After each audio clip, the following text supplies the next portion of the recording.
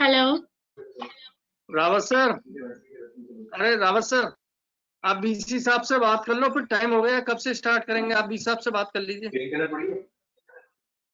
है, ठीक सर ये दिख रहा है मेरा स्क्रीन? नहीं सर, आपका नहीं दिख रहा है। सिद्धार्थ, अभी आप मुझे होल्ड करिए 2 मिनट। I will let you know when to start. Alright sir. Good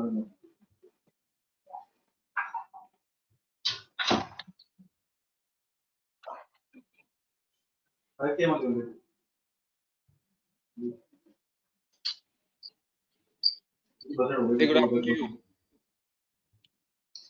Vipul, how are you? Hello Fine, very Swati fine, ma'am, thank you. How about you? थोड़ा प्रोग्राम के बारे में बताइए, पहचाना कैसे स्टार्ट करेंगे? जी, बिल्कुल बिल्कुल। कैसे हैं आप? ठीक, बिल्कुल, आप बताइए। बस चल रहा है, ऑल वेल। बहुत दिन हो गए, आगरा आए हुए हैं। काफी टाइम हो गया। हाँ, Long काफी time. Time. We should meet now, personally. Yes, we'll do that. I hope things come back to normalcy and then When we start meeting. yeah, that's correct.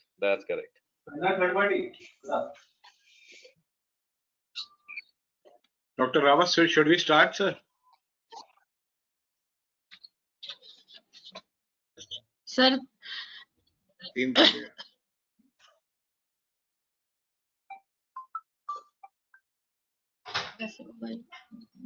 हाँ जी सर।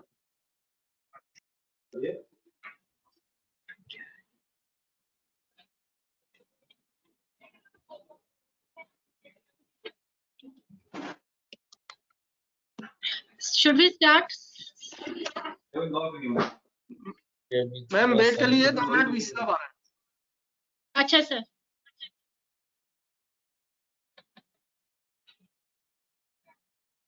कैसे जाएगा?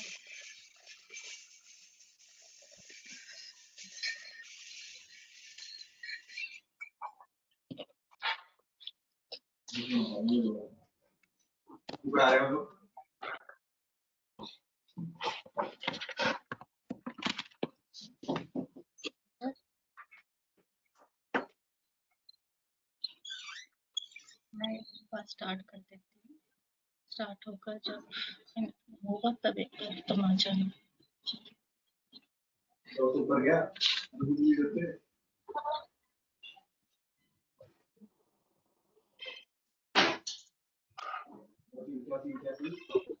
अरे क्या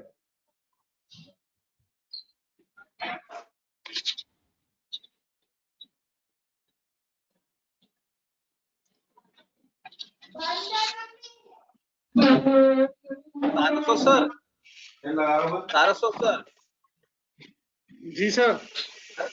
एक एक्सपर्ट और से जुड़ने वाले हैं 3 बजे ही, तो आप देख लेना। अविनाश जी हैं।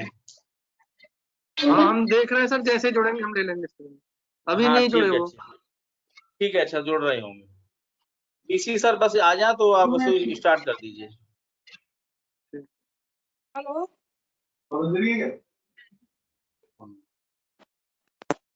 हेलो सीमा मैम बोल रही हैं। Good afternoon, everyone. Seema here. Good afternoon, ma'am. Good afternoon. I think मैं actually mobile से connect हुई हूँ, so not able to see. Ma'am आपकी आवाज क्लियर आ रही है, अभी फिर म्यूट रखिए, थोड़ा प्रोग्राम स्टार्ट करें। दो है भाई बहुत sexy Dev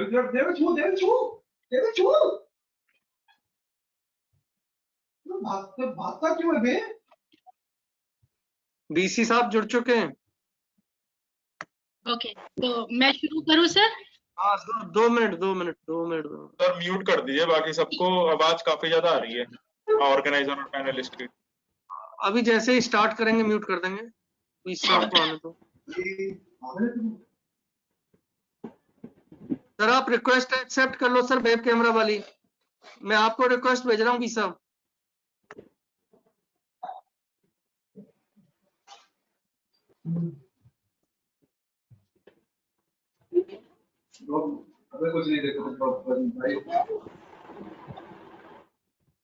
Thank you. Ma'am Okay. Thank you all. एक मिनट, एक सेकंड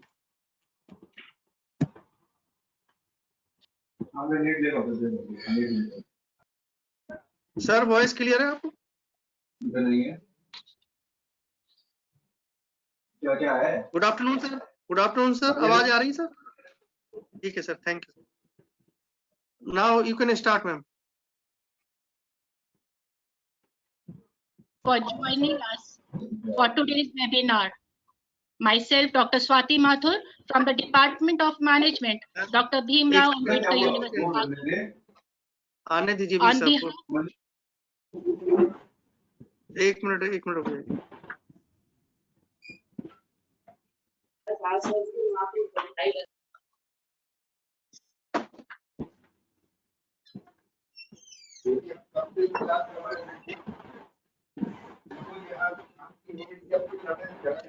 स्वाति मैम, ये ऊपर आप देखेंगे जी तो सर। यहाँ स्क्रीन शॉट लिखा हुआ है। जितने आपको स्क्रीन शॉट लेने यहाँ से लेते रहना आप ऊपर। जी सर, जी सर। ठीक है ना, जो भी आपका लेना आप लेते रहना। ठीक। नाउ यू कैन अच्छा, स्टार्ट ठीक है। Ma'am. Okay. Thank you all for joining us for today's webinar. Myself, Dr. Swati Mathur from the Department of Management, Dr. Bhimrao, Ambedkar University, Agra. On behalf of our director and the fraternity of Seth Padamchand Jain Institute of Management, I welcome you all. A series of webinars have been organized by the various departments of the university during the lockdown period of pandemic COVID-19. और उसी श्रृंखला की एक कड़ी में our institute has organized a national webinar on the topic prospects and challenges of Indian economy COVID-19. To make this webinar a blessed one, invoke Goddess Saraswati by kindling the lamp of knowledge and wisdom. I request all the esteemed members of this august assembly to join me doing so.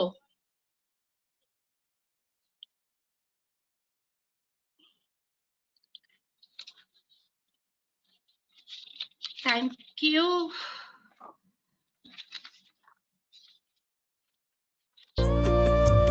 शुभं कुरुत्वं कल्याणम् आरोग्यं धनसम्पदः शुभं कुरुत्वं कल्याणम् आरोग्यं धनसम्पदः शत्रुबुद्धिविनाशाय दीपज्योतिर्नमोऽस्तुते दीपज्योतिर्नमोऽस्तुते दीपज्योतिर्परब्रह्म दीपज्योतिर्जनार्दनः दीपज्योतिर्परब्रह्म दीपज्योतिर्जनार्दनः दीपो हरतु मे पापं सन्ध्यादीपनमोऽस्तुते ओ दीपब्रह्मरूपस्त्वं ज्योतिषां प्रभुरव्ययः ओ दीपब्रह्मरूपस्त्वं ज्योतिषां प्रभुरव्ययः आरोग्यं देहि पुत्रांश्च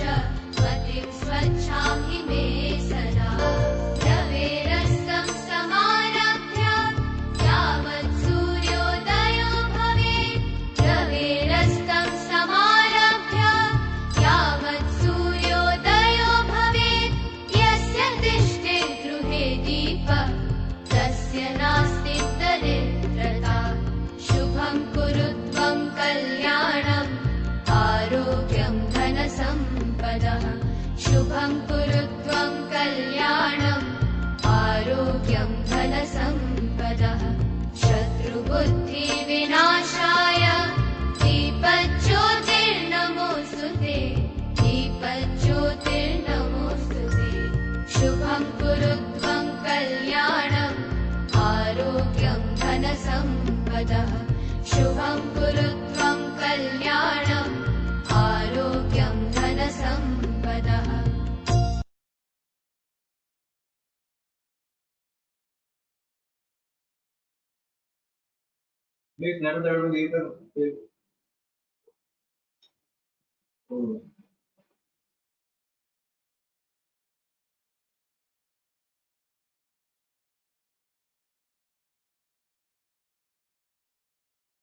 Swati ma'am, आपकी आवाज नहीं आई।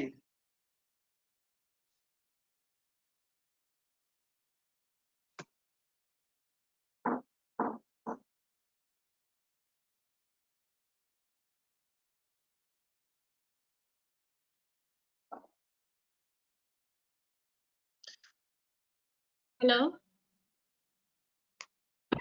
हेलो जी बोलिए मैम, बोलिए। Dr. Atul Mathur, ji, I आपको आवाज आ request रही you है? to kindly some light on the webinars. In the middle of difficulty lies opportunity, says Albert Einstein. Indian economy today is standing on the crossroad. A lot of opportunities are there for it, like it can become an outsourcing hub, a supply basket, or people can shift to manufacturing. This particular conference is going to throw a lot of light on the present situation of the economics and what India should do in the next month or so. Yes. Avinash जी तो जुड़ चुके हैं। We have a lot of good panelists with us, like Mr. Vipul Mathur, who's in the pipe industry, presently CEO and Managing Director of Wellspun Group. He has played a pivotal role towards the growth of his company. After Vipul Mathur, we have Dr. Avinash Chaudhary, who is working with a company called as NEC, and Mr. Anupam Kishore is also there with us, who is the General Manager of Reserve Bank of India. Other than this, we have our Honorable Vice Chancellor with us, who's an economist in himself, and who believes in the maxim of taking everybody together with him, and by saying hayat leke chalo, kainat leke chalo, chalo to sare zamane ko saath leke chalo. So let us hear from the Vice Chancellor of our university, his viewpoint on the economic condition. Honorable Vice Chancellor, Professor Ashok Mittal.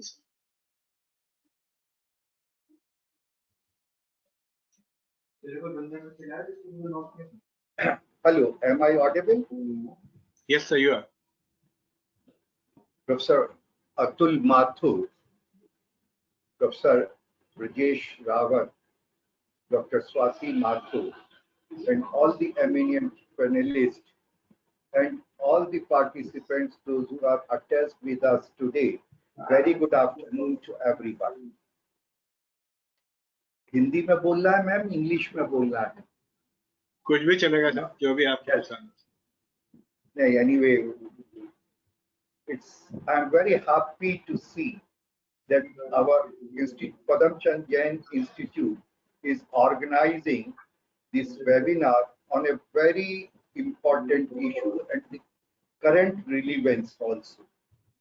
The topic is the strategies and challenges of India in COVID or during COVID-19. I feel that the topic is little bit defective. The strategies and challenges of India nahi hoga, but strategies and challenges to India.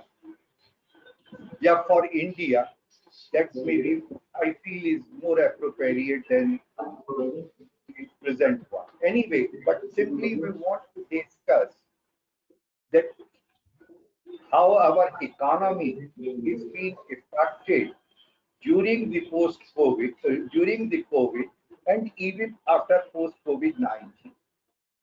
As I am saying repeatedly in all the webinars, that Corona is a virus, and till date we have not developed any vaccine to cure from this coronavirus. And of course, developing a vaccine for antivirus takes a very, very long time. Till date, we have not developed it. Once it is developed, that it will be under animal trial, then human trial, and finally it was decided to administer it on the patient. So it may take months together or maybe some years. So now we have to learn to live with it. So therefore, some measures have been suggested by the WHO and other Indian organizations. The one is that we should use the face mask, we should maintain a physical distance, we should maintain a social distance. All these measures are being and repeatedly washing of hands by soap, using of sanitizer. So perhaps they are going to become a part of our day-to-day life in the coming time too. Because of these problems, we are faced with this lockdown. Perhaps, as far as I know, during my lifetime, I have never heard this word lockdown. There was curfews, there was some other sort of a thing to ban the movement of the public. But it is a new word, the lockdown. And during the lockdown, all the economic activities has come to an halt. If I look at the effect of this lockdown on the Indian economy, if you look at the from agriculture sector point of view, as far as the agriculture production is concerned, it is not very much effective because already we were at the end of the Rabi crop and the wheat was in the field, so there was no problem. But the main problem is our farmers have attempted is because of the breakdown of the logistics, the breakdown of the supply chain. They are not able to take their produce to the market and get a fair or relatively a better price. So therefore, they are in a problem. Secondly, if we see the manufacturing sector is being subdivided into the two sectors, the organized sector and unorganized sector. And we have seen that the micro, small, medium enterprises consist of more than 50% of our manufacturing sector. They employ large number of people and they contribute significantly in our national income. So the great sufferer in the manufacturing sector is our MSME.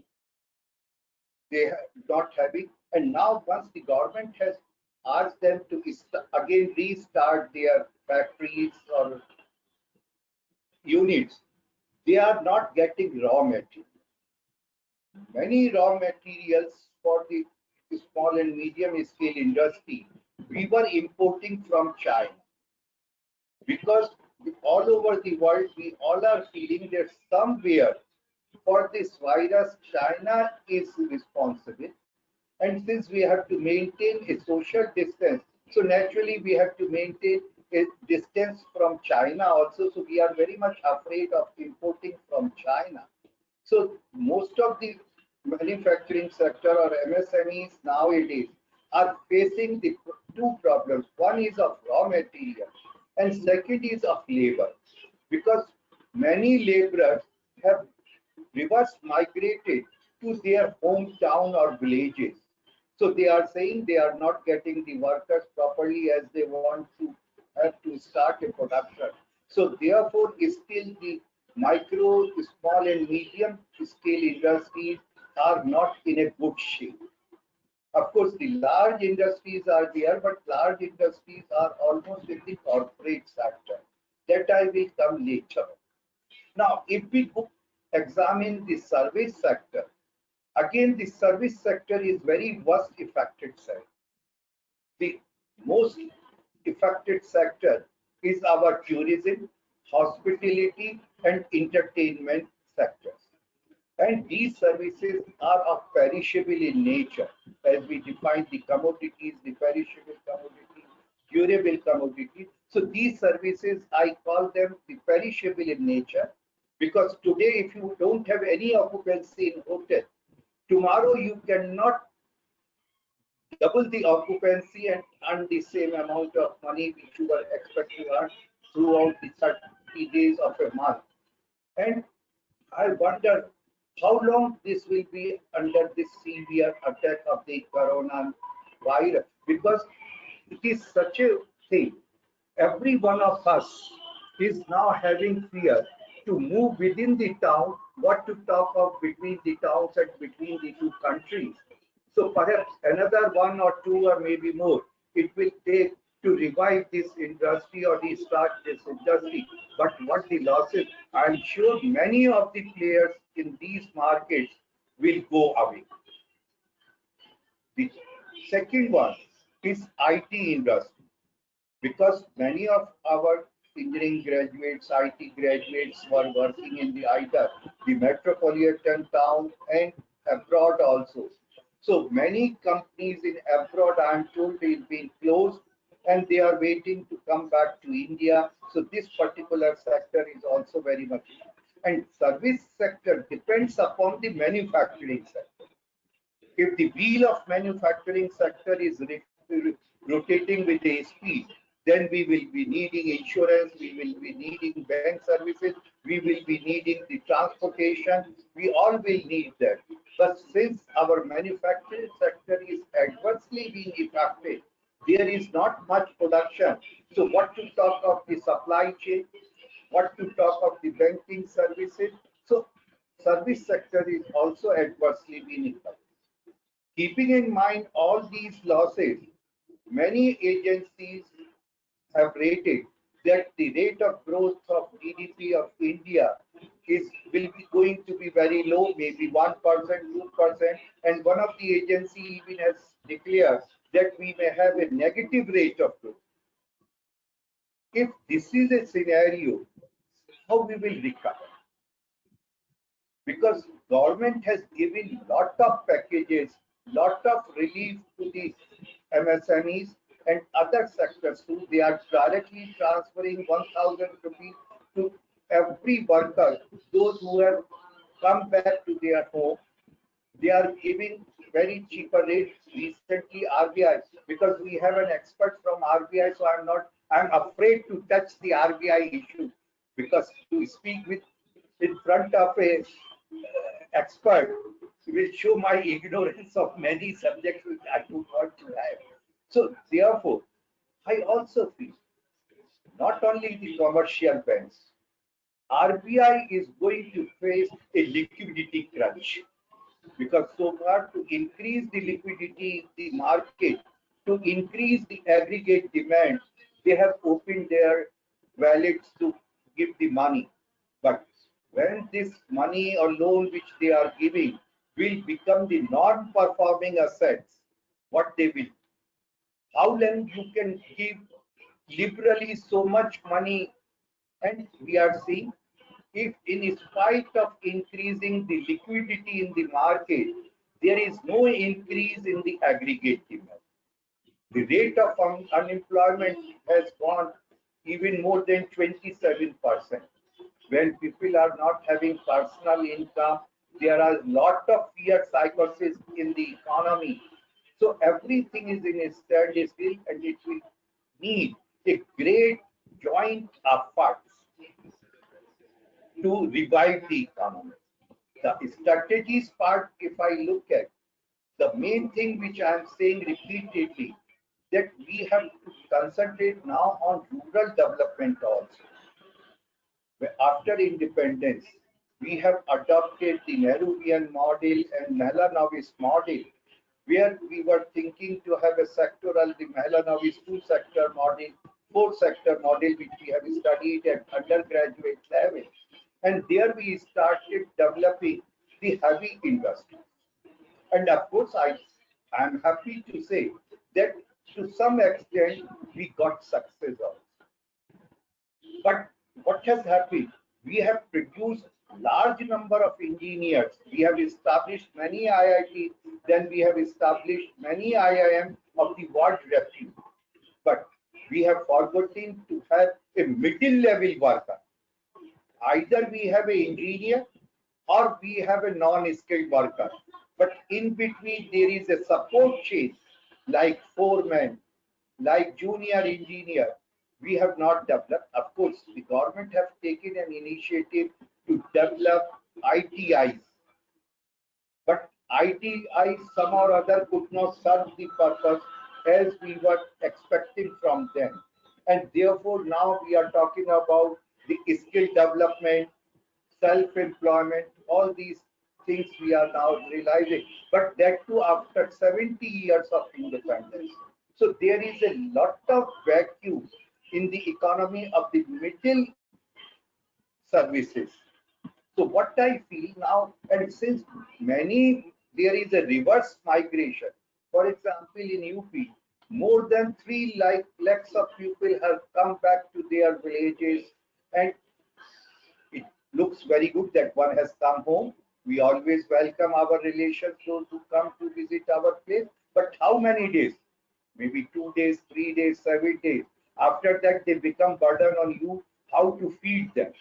So unless or until we give the reverse migrant a job, a way of their earning, how we will. So I'm afraid if we don't take a very fast step in this direction, perhaps the rural crime rate will increase.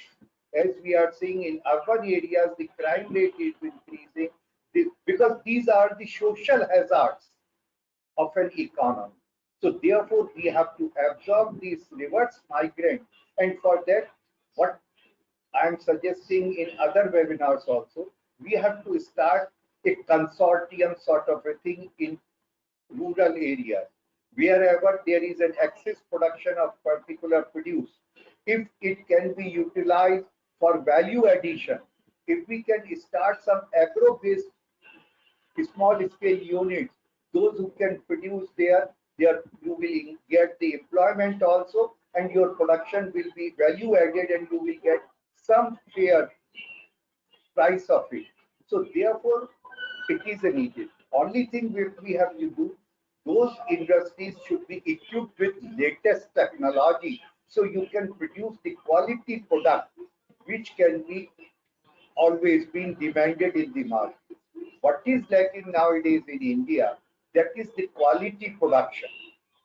We are producing a lot, but even then, quality production and cost reduction, these should be the two targets for MSMEs.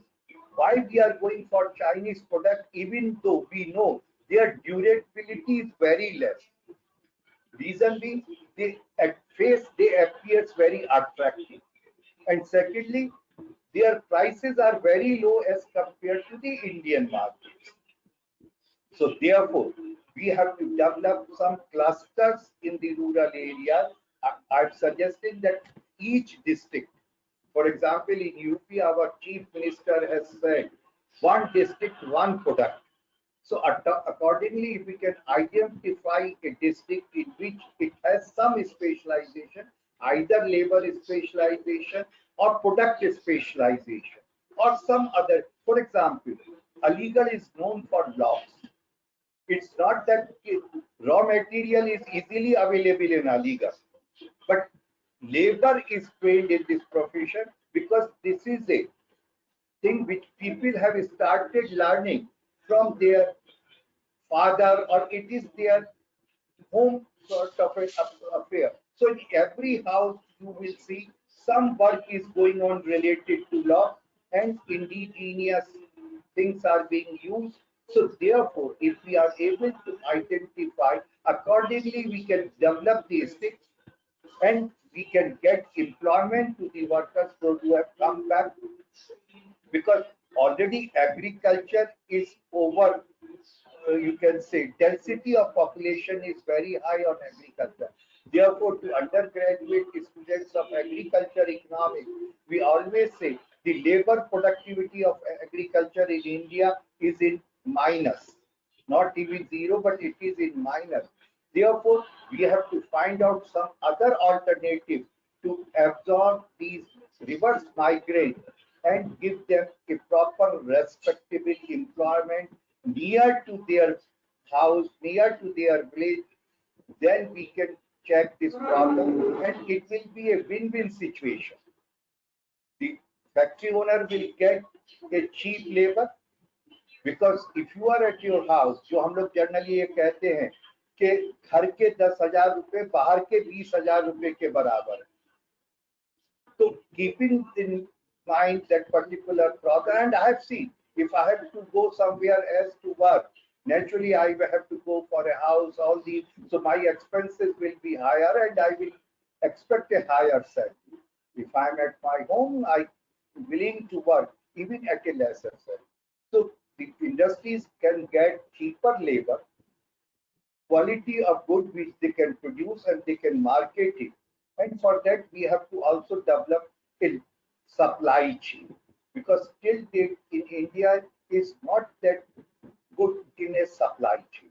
If we can develop a supply chain, some consortium, some cooperative sort of farming, so we can develop our rural areas, and for that we have also to provide infrastructure to the rural areas. Why people are buying? Because we have seen, I wanted to conduct some online classes and I have received many calls कि साहब हम तो गांव में रहते हैं, या light नहीं आती, या इंटरनेट फैसिलिटी नहीं है. तो at least this internet facility has become now the basic need in one's life. So therefore we should provide all these facilities which doesn't cost much also to the rural area. So I'm sure we can simultaneously provide the employment to the reverse migrant workers, as well as we can develop the rural economy, and therefore ultimately it will add to our GDP and we have a higher rate of growth. Simultaneously in the manufacturing sector, since we are not going to have good relation with the China, not only economic, but recently we are seeing for last 1 week, there is some strained political relations also. So therefore, we have to have again adopt the policy of import substitution. Of course, when we adopted this policy in 60s and 70s, there were certain other reasons that this policy was not very successful. We have also adopted the policy of protectionism. We have adopted the policy of infant industry. But in this time, if we start, because when we were going from globalization in 91, 92, I warned many times that the India is not capable to go for 100% globalization. We have to have a restricted globalization, a selective policy we have to adopt, which commodity to be exported, which to be imported. But recently, and which America's and China's relation also are very strained, not during COVID, but even before COVID, they have started a trade war between the two. India being very close to America, and economic policy many times depend upon our political policy also. So what I feel, now there will be a change in the direction of trade and composition of trade. And simultaneously, there will be a change in the movement of the capital. There will be a change in the FDI, and all the time we are seeing the government is trying its hard that if FDI, which is in China, if it starts coming back from China, then we are trying to attract towards us. How far we will be successful, that depends upon commercial policy. So we have to revise our commercial policy very serious, because we are having a dilemma of the twin deficit. There is going to be a huge deficit in fiscal deficit. We were trying to reduce the fiscal deficit up to the 3% of GDP, but and some years we could come to as close to as 3.5% of GDP. This time GDP fiscal deficit is going to be in double digits, and on the other side, the current account deficit is also increasing over time. So what is given in the literature of economics, we are facing the problem of twin deficit. So after this, we may face even the problem of inflation, unemployment we are also facing, and even the problem of inflation we may face after certain time, because there is a demand low. Because if we can examine this issue from demand and supply side, even before COVID, we were also facing a low level of demand in the economy. In spite of reducing the repo rate by the RBI, there was no picking up of the demand for investment because of the low demand. And now, because of the increase in unemployment, because of the closure of many factories, etc., further we are going to face a very low demand. And when there is a low demand, naturally production will be low and we will be in a vicious cycle.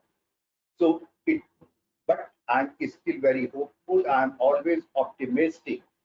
If we adopt a proper or develop a proper model for rural development, if we develop proper policies for MSMEs and timely revise our commercial policy, we will be able to face and we will come out with this crisis in coming months.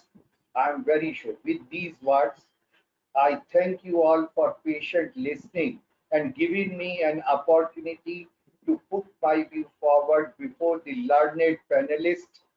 Of course, I must congratulate Professor Rawat and Professor Gupta to invite a really galaxy of intellectuals today in this webinar. Once again, I thank you all the panel resource persons that they have spared some time, they have accepted our invitation, and those who are from out of Agra, I extend an invitation that whenever they get some time, whenever this crisis is over, Agra is a very beautiful town and internationally known tourist place. Do come to Agra, be our guest. We would love to welcome you. Thank you so much. Thank you so much, sir.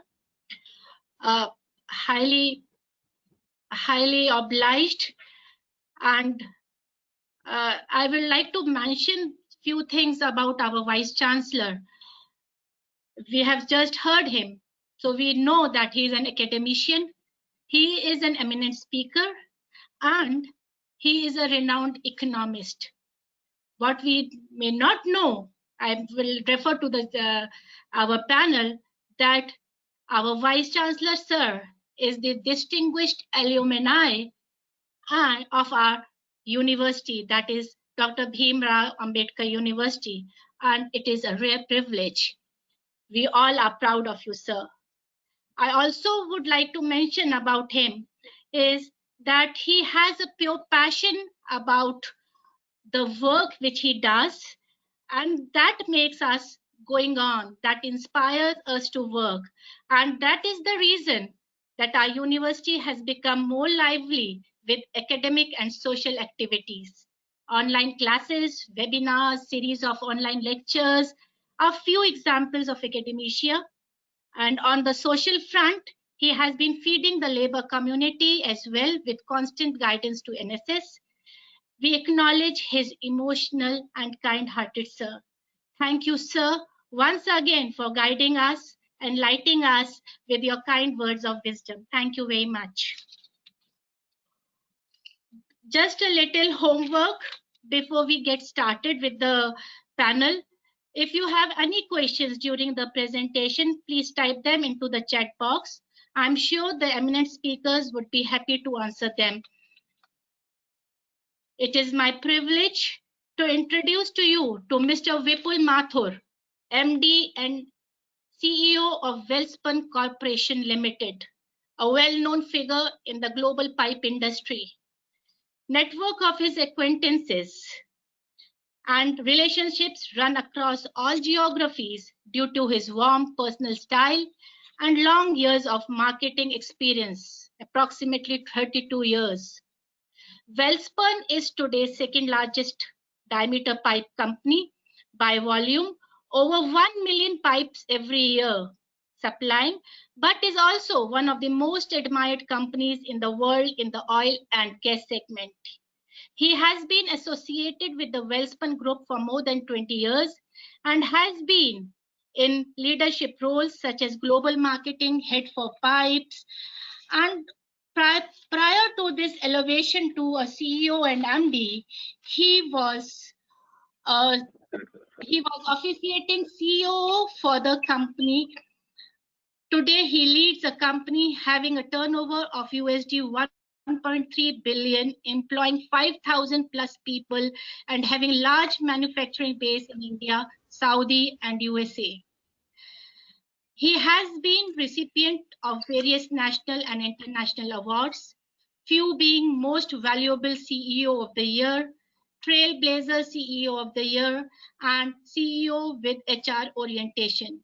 He attributes his career's success to hard work, people orientation, and preference. Ladies and gentlemen, here I present to you Mr. Vipul Mathur. Sir. Thank you, Swati, Professor Swati, for a very warm and a generous welcome. It's an honor and it's a privilege to be present with such an august gathering in the company of Vice Chancellor Dr. Mittal, Professor Rawat, Professor Atul Mathur, Ruchira Prasad, and all. As the Honorable Vice Chancellor mentioned about the state of the economy and the state of the impact on this COVID-19, it very, very clearly reflects his in-depth understanding of the Indian economy and the challenges and the opportunities embedded into it. Also, what I liked the most was his invitation to call all of us to Agra. And sir, with all humility and humbleness and with passion, I do accept that, because I must tell you, I have deep roots with Agra. I have been deep roots with the Pradesh. It's by a career profession that I am now settled down in Bombay. But that's a place I really love and I really cherish, and I am sure we'll have a chance to meet you in due course of time, sir.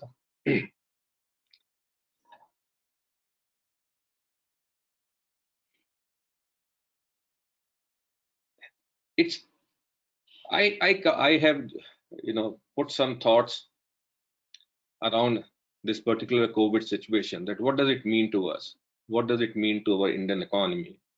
What is there for our next gen leaders and those who are at this point of time students of your eminent university and eminent management institute,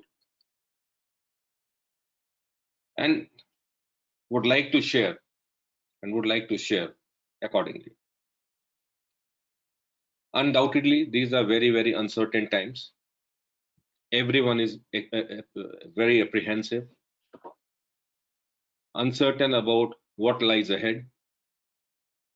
And these questions are not only, or these apprehensions or these uncertainties are not only in the mind of our students, our next gen future leaders, but across the board, including the industry as well.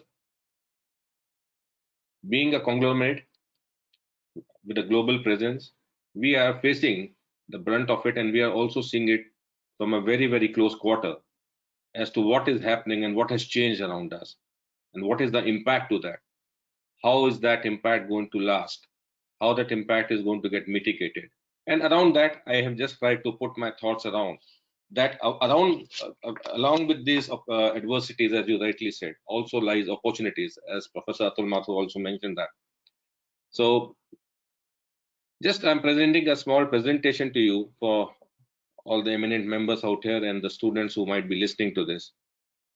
So it is a presentation in three categories. What is the impact of COVID-19 on our economy? What is the view on India post COVID-19? And what should we be doing? So I thought it will be very relevant for the people there to understand. As I start, first and foremost, just to give a background, COVID-19, as we know, started in Wuhan, China in November of 2019. Thereafter, it has spread across the globe since January. We saw COVID coming into India around the end of January, and WHO actually declared it as a pandemic around mid of March. At this point of time, as we speak, more than 5.5 million people are impacted of that. More than 350,000 people, unfortunately and painfully, have lost their lives. Almost just about every country on the planet Earth is now impacted. In India, we have more than 166,000 people with more than 4,000 deaths. All what I am trying to suggest that it's a pandemic of a nature never experienced and faced in the past. Is the amount of stress, the amount of disruption and uncertainty it has created, it is likely to create, is of absolutely unparalleled nature. We have never seen that in the past.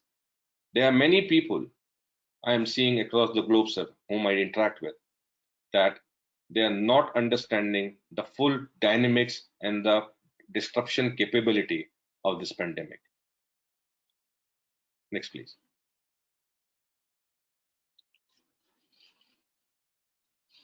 This crisis has, hurt both the sides, the supply side of it, and it has created a demand destruction. If you see on the supply side of it, all the factories across the globe went into a shutdown. We are seeing a labor migration unparalleled, which in the history in India as well. So amounting to labor shortages. We are seeing supply chain disruptions. Sir, you covered that in your speech as well. And the cash flow of all the companies across the spectrums are drying up. On the demand side of it, if you see, because there's a lower discretionary spending, everyone has got financially impacted or is likely to get financially impacted because of this. So there's going to be a lower discretionary spending. The global demand has gone down. There are huge salary cuts, massive job losses. America itself is close to 40 million people losing their jobs. And the sentiments around us is extremely weak. So all this is, it's painting a very, very gloomy picture. 2008 financial meltdown, 2016 meltdown was, in comparison, nothing in front of it. We have seen the global economy has shrunk by almost $6 trillion to $8 trillion, and in terms of percentage, almost close to 6 to 9% of the global GDP has gone down. And these are huge changes which are happening around us. Next, please. If we see the global growth, the global GDP growth, last year in comparison to the last year, if we see United States grew at 2.3%, this year they are estimated to grow negative 5.2. If we see Eurozone, it was at positive of 1.2. It is likely to go down to minus 7.3. If you see Japan, it is likely to go down by 3.5%. If you see China, only blip which appears here is that they are still maintaining that they will grow at 1.2. I don't believe that, but nevertheless they believe that they are projecting that they will still grow at 1.2 as against 6.1. In India, we had been growing consistently around 5%, and this year we will grow -5. That's what it looks like. So the swing of +5 to -5 is what the pain the Indian industry and the Indian people are likely to face in the coming months. So if you see globally, the economy, the global GDP is going to shrink by at least 2.4%. There's a crisis in every country. Today, the discussions are happening between what is the trade-off? Is it the health which should get the benefit, or it is the economic cost which we should be looking at? I think so. Most of the governments who are facing these challenges have opted that health is more important than economic cost, and that is the direction they seem to be moving. All in all, it very clearly reflects that there is a global recession about to set in, if not already set in, and its depth and length is very, very uncertain to predict at this point of time. How long it is going to be, at what cost implications it might have, it's extremely, extremely difficult to predict at this point of time. Next, please. If we see the impact of COVID-19 on Indian context, what toll it has taken on the Indian economy. You see, our top 30 or 40% of our GDP comes from 6 or 7 sectors. First, you see the airlines and the hotels. The business has shrunk to 70 to 75%. It's negative. Auto industry is shrunk by 60%. Real estate is in a mess, which is at 50%, shrunk by 50%. Textile, which used to be the most labor intensive industry, has already shrunk by 50%. Whether it will survive, not survive, big questions.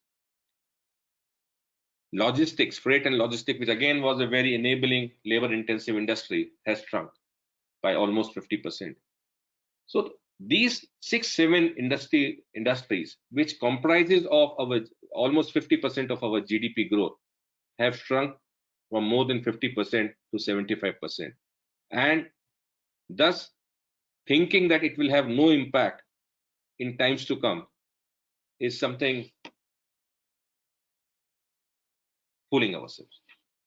The loss of our loss, if you look at it, the loss is unparalleled at $4.5 billion every day of a lockdown, what we are having.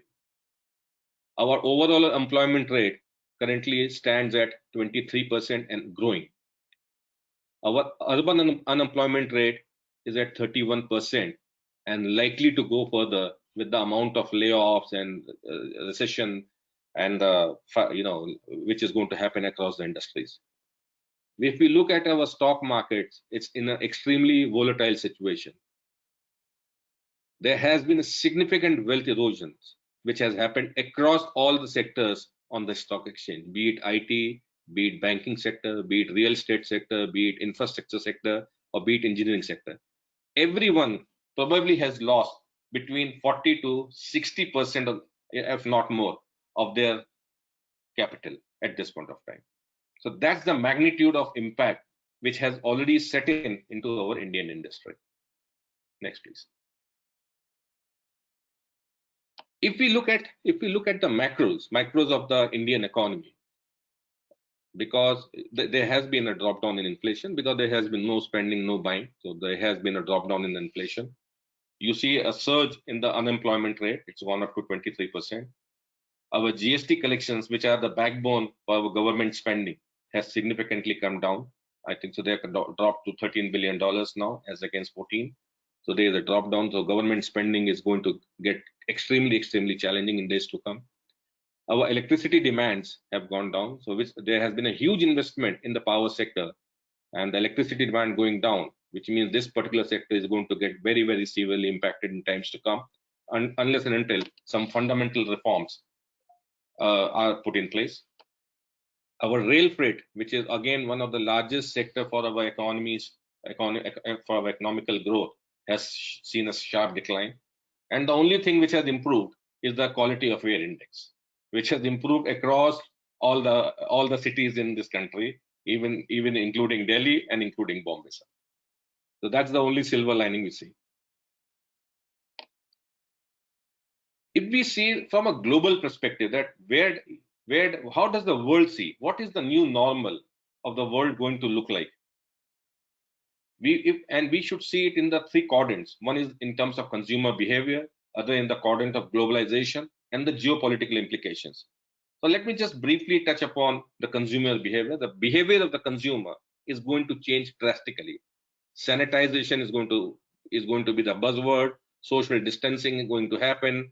Travel and entertainment, travel is going to has already got literally stopped. It is very unlikely that it is going to be the same in times to come.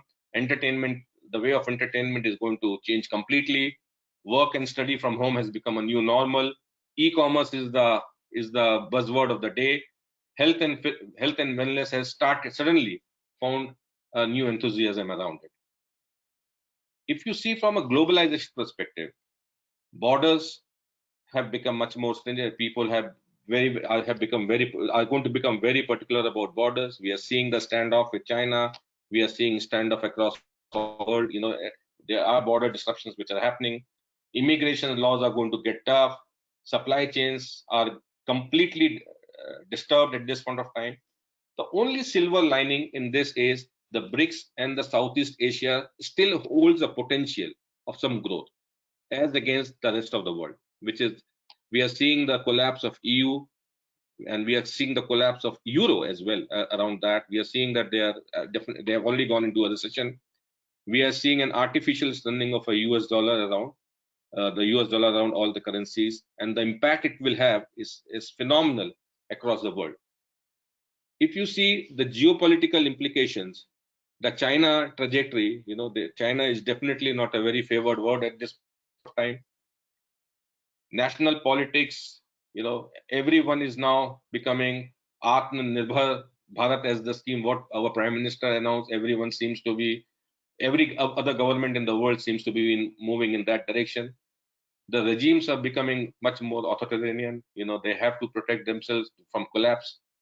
Surveillance, earlier we used to only have border surveillances. Now surveillances will be the way of life in our normal day-to-day activity.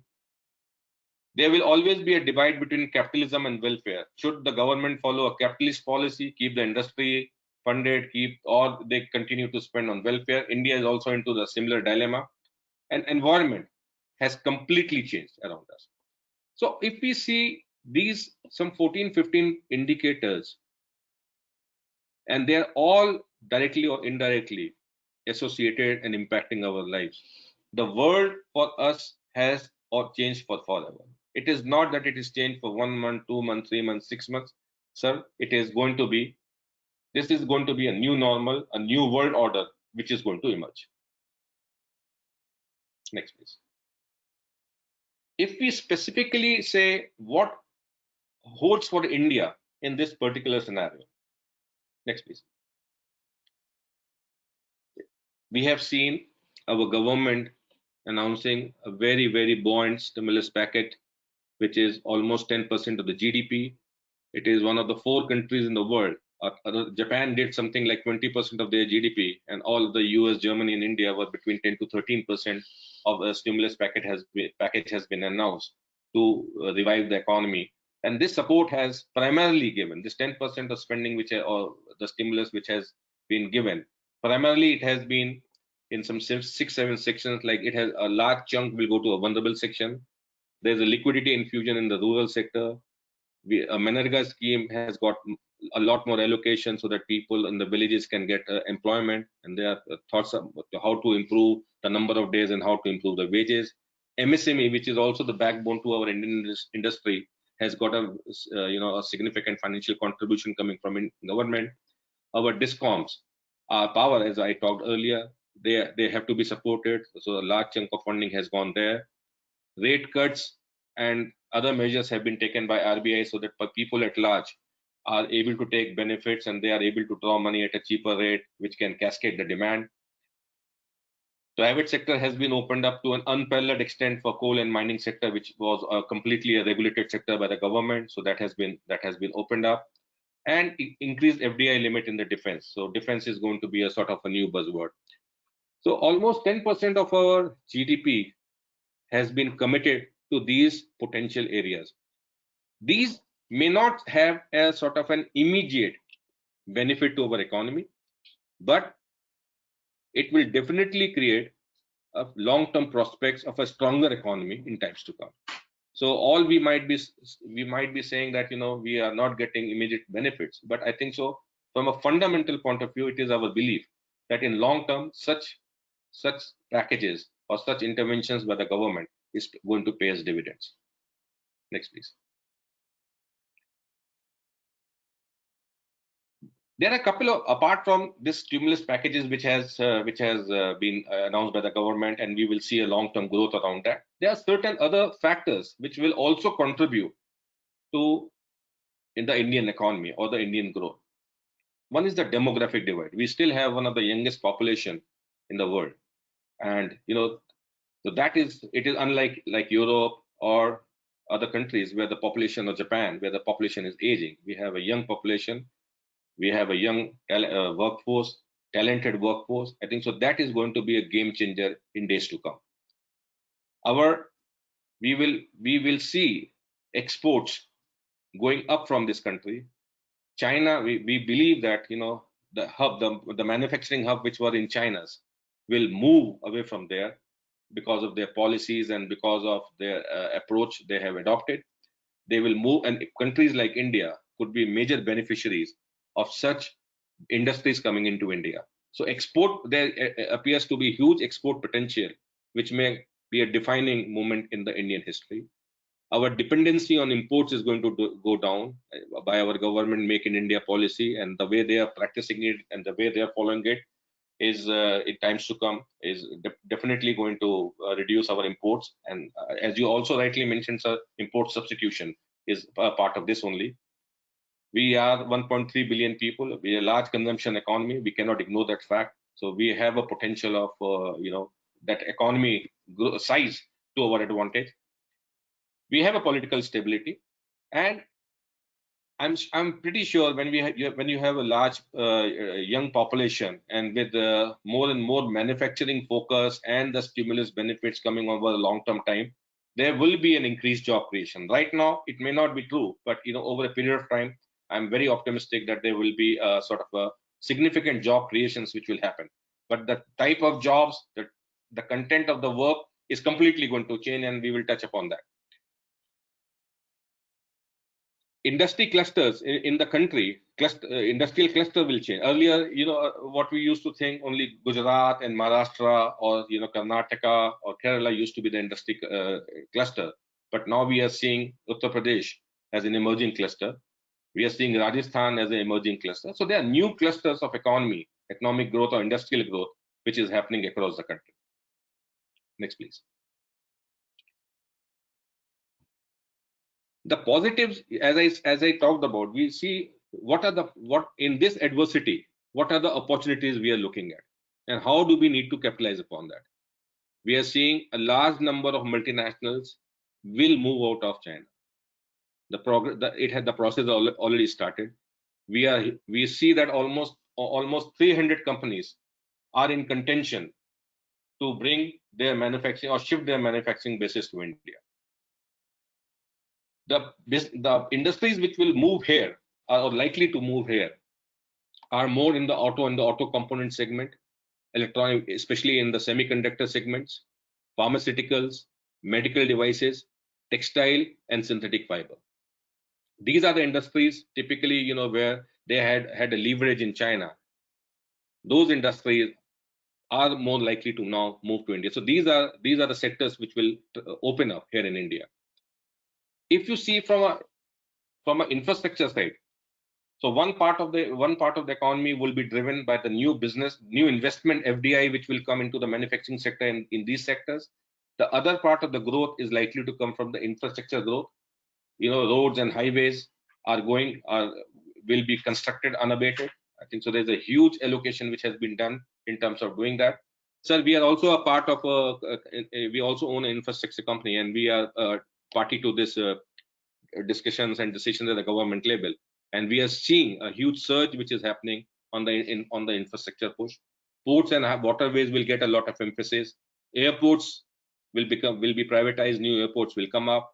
Power will be one of the key focus areas. So on the infrastructure side, we see that these are the 3 or 4 areas which will be a sort of a demand drivers or the growth drivers for the Indian economy.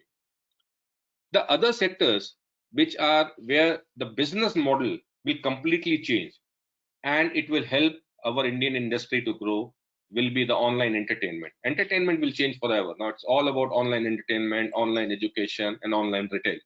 So the business model around these 3 aspects will completely change, and which will bring more number of people getting attached to it. Today, education will get to the remotest part of the villages of the country. So we will have much more literate people, much more online entertainment will reach to more classes of people. Online retail is going to reach to most classes of people, which we believe will spur the demand. The 4th quadrant of our development will be the sectors like oil and gas, the defense, cyber, solar and energy. So we as a part of SOCHAM, as a part of CII, we have been discussing with the government and deliberating around that what is the focus areas, and these are the 3 or 4 focus areas which will come. So in summary, the India growth story will revolve around multinationals moving from China to India in different sectors. The infrastructure push which the government will give, and we are seeing that coming through the stimulus packages. The third push is going to come. The business models around will move to online, like entertainment, retail, and education. And fourth, the core industries, which are defense, aerospace, oil and gas, will be seen as a major thrust areas for India. Next, please. Hello.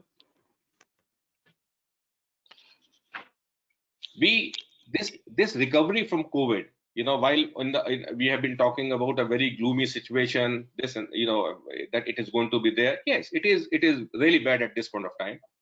But looking at the strengths what we have in our country, I think so we see that certain sectors will revive pretty soon.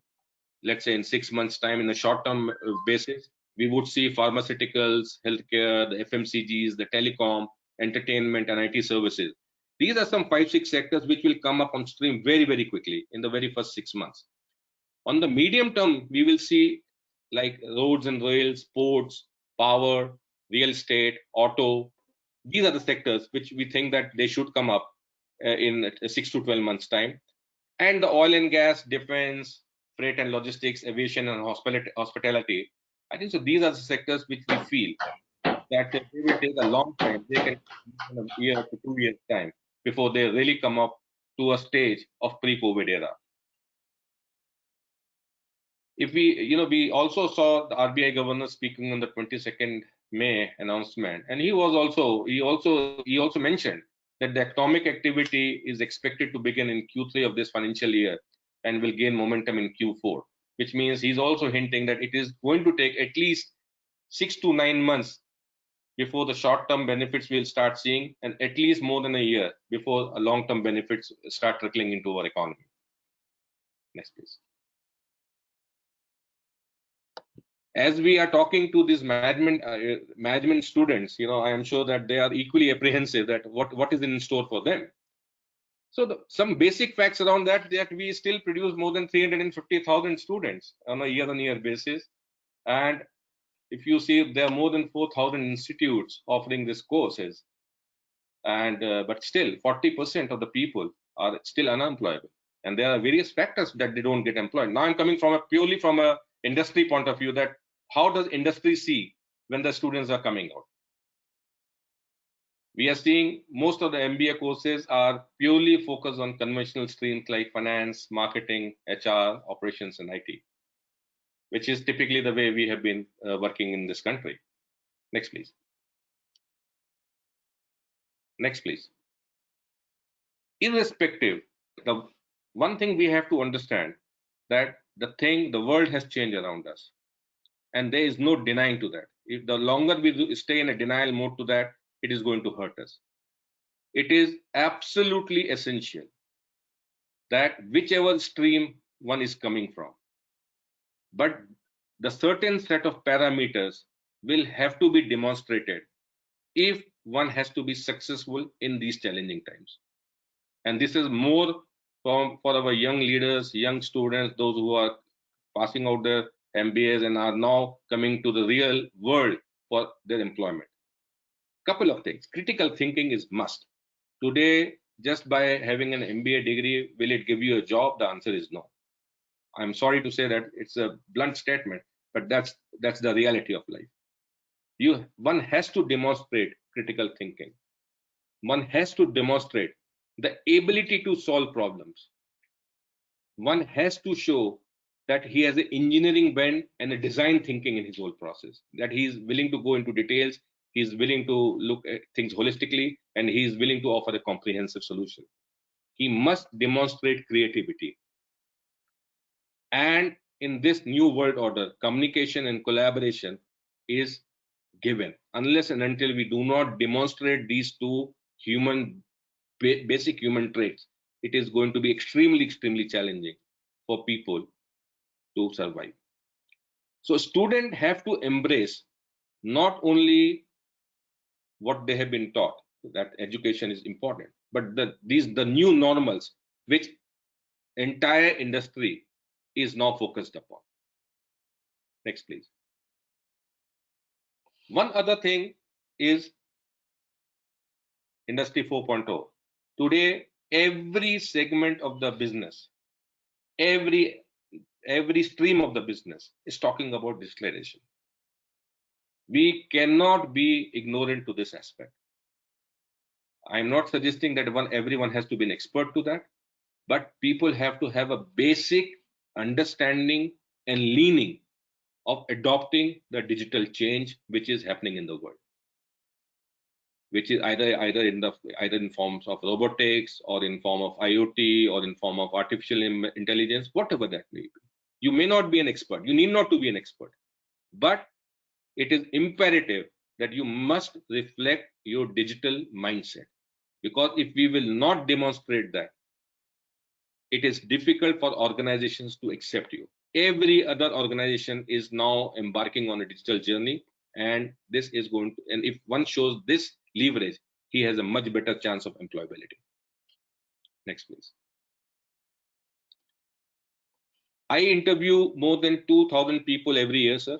I have the privilege of doing that. We run a large workforce, and I interview more than around the same number of people year on year basis to hire close to 300 people in my company. What do we look at? Everyone, of course, we look at their education, we look at their CV, that at what has been their pre-MBA education, what has been their academic performance during the MBA. We look at that. If do they have any work experience? Yes, we do look at that. And what are the extracurricular activities, and what sort of activities he has been involved in. So these are the basic hygiene factors one look at. But also we, in that 1 hour or 45 minutes of interaction with any student or any prospective employee, we also want to judge that what is his knowledge about how prepared is he, what sort of a preparation has he done before he has come for any interview. We do see that. We also give a lot of emphasis that what is the passion he is demonstrating. Because today in this world, unless and until you are passionate to anything, if you are not passionate, you have a difficulty. You have to demonstrate, and you have to have a passion to something. And that need to be very, very clearly demonstrated during any interviews which are happening. They must have the capacity to engage in a meaningful conversation. Today, sir, we are seeing a lot of students who come. They are so well informed. They are so well connected. They are so, plugged into the world affairs, the economic affairs. They are actually come for a basic job interview, but they are so very well plugged that it leaves a very, very positive impression on an employer. And this is something which we always encourage young people to stay connected, stay tuned, and so that they can get into a qualitative and a meaningful conversation. Everyone likes, in their CV they would write, I can demonstrate, I am a leader. It need to be demonstrated during that 30 minutes of conversation. That what is that skill you possess? You need to demonstrate that. If you don't demonstrate that skill in that 30 minutes of time, the moment of truth you have with a prospective employer, your chances of getting qualified are much higher if you're able to demonstrate that. Lastly, one has to be very clear about his own capabilities. They must do a SWOT analysis, that what am I good at, and one must pitch around that. What happens is, in this new world, if you will do something which you are passionate about and for which you do not possess the capabilities, you will stick out very soon. Gone are the days when the large conglomerates used to be large, people used to get hidden under the surface. That's not going to happen. So get into what you are capable of and what you are passionate about. Lastly, I would like to put on the table is that people do chase a dream of salaries.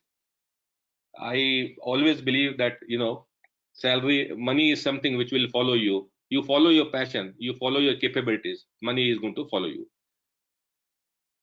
So on one side, sir, what I am suggesting that while this pandemic is of an unparalleled magnitude, it has created a huge disruption around the world. Every single person on the planet Earth has got impacted, or will get impacted one way or the other.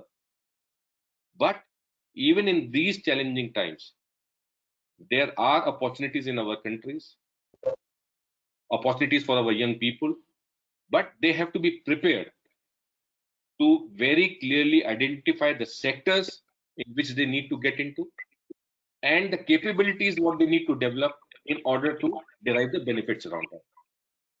This is what I wanted to bring to this eminent forum and to all the friends here on the table today. With that, I will rest my presentation, and if anyone would have any question to ask, I will be too happy to answer that, please. Thank you very much. Thank you, sir. Thank you. Because time in hand is very short, I will ask one question, and that is, how do you see the movement of business from China to India? Are we going to get good share out of it, or are countries like Vietnam and Philippines going to take big part of the cake? The movement, my personal take, and as on this particular matter, and this is based on my interaction with my peer group in the industrial fraternity, is that it is a very, very likely scenario. The government of India seems to be very, very keen on enabling this transformation journey. You will see in times to come, in very short times to come, the enabling, the enablers, which is about the land acquisition laws, the labor laws, the taxation laws. These are the incentives which, if we can simplify them, I think so. There is no better place than India, where you have such a talented workforce and still at a reasonable cost, which is available. So if we progress on these reforms, which the government of India seems to be moving on, I am also a part on the policy on that reform. So I know that at a very close quarter that these are happening. So this seems to be, Dr. Swati, a very, very likely proposition. It could be a possible reality in a very short time to come. Thank you so much. Thank you, Mr. Vipul Mathur, for your nice insights on the impact of COVID-19 on the world, leading to impacts on India specifically. Two of the factors that you highlighted as long-term growth drivers for India are going to play a big role: the demographic dividend and political stability. Finally, your insights on what students should do and perspective in how industry views the student are very apt and needed. Importance of critical thinking, creativity, and communication and collaboration have been adequately highlighted. We have to be willing. Thank you, sir, for your insightful thought. Thank you very much. Thank you. Now, I proceed with it is my privilege to extend a cordial welcome to Dr. Avinash Chaudhary, Zonal General Manager NER, National Small Industries Corporation, Guwahati. He has 25 years of professional career working experience in different top companies like LA Lilly, Sony, Samsung. He launched some companies in different parts of the country. His contribution in NSDC was to connect many passed out trainees from NSDC authorized training providers with top companies in different parts of India. In NSDC, he conducted many Rozgar Melas to provide respectful livelihood to unemployed youths. Currently working in NSIC as Zonal General Manager for the promotion and development the MSMEs in the 8 states of Northeast.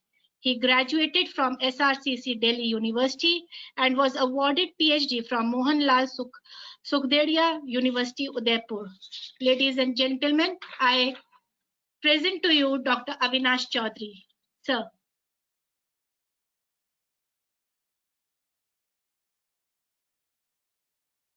So you have to unmute yourself. Thank you, Dr. Swati Mathur. Am I audible right now? Yes, sir. Yeah. I would like to share my PPT. Where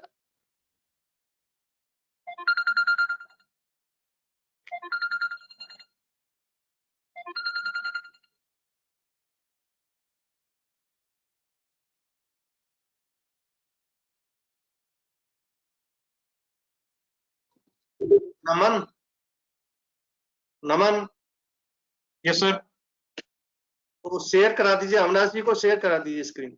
ji sir, मेरी एक request आ रही होगी sir के पास, sir उस पर click करेंगे तो screen share हो पाएगी sir.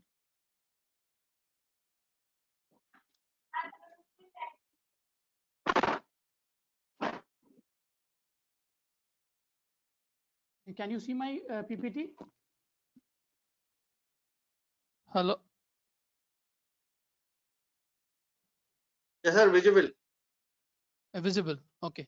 Thank you.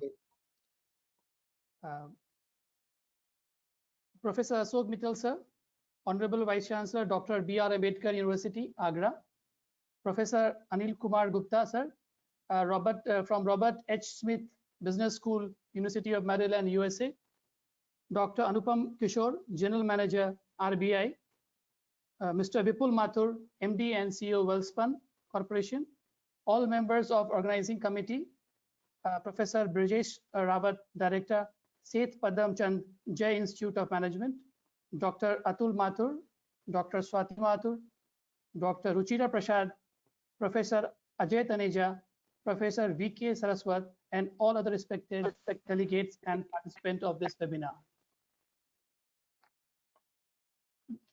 To begin with, I wanted to say that all views I expressed, which are my personal views, nothing related to my corporation. Agra has always given us a proud moment, and during this pandemic lockdown also, Agra again gave us a immense proud when we came to know that German shoe companies decided to move from China to Agra with investment of 110 crores.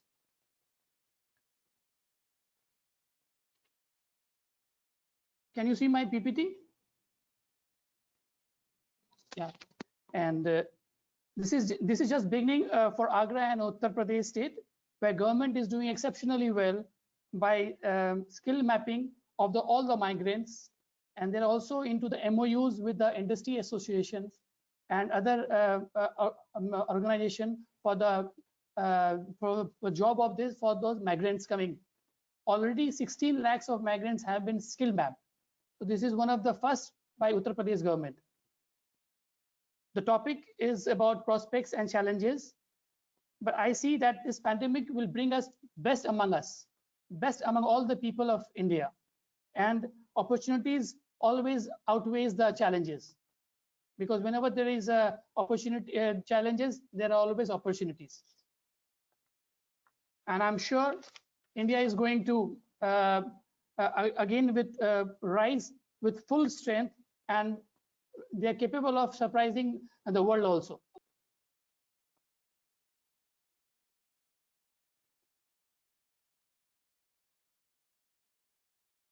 Structure of my presentation is into initiatives taken by NSIC,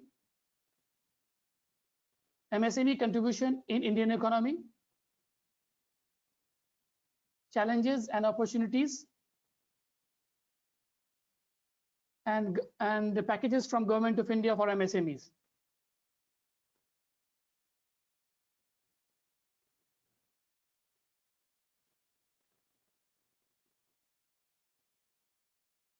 To begin with, initiatives taken by NSIC for MSMEs, all MSMEs who have availed RMA against BG are eligible for moratorium for payment of their outstanding dues.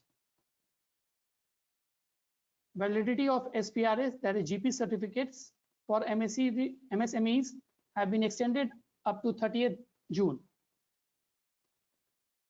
50% discount on annual membership fees for NSIC MSME Mart have been extended till 30th June.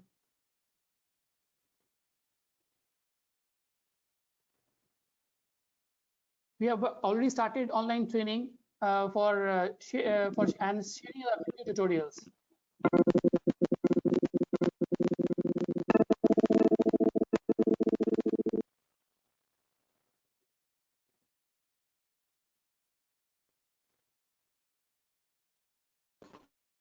We have already started this aggregation business model to help MSMEs, facilitating of credit for the existing and budding entrepreneurs. Set up COVID-19 crisis management cell to facilitate MSMEs.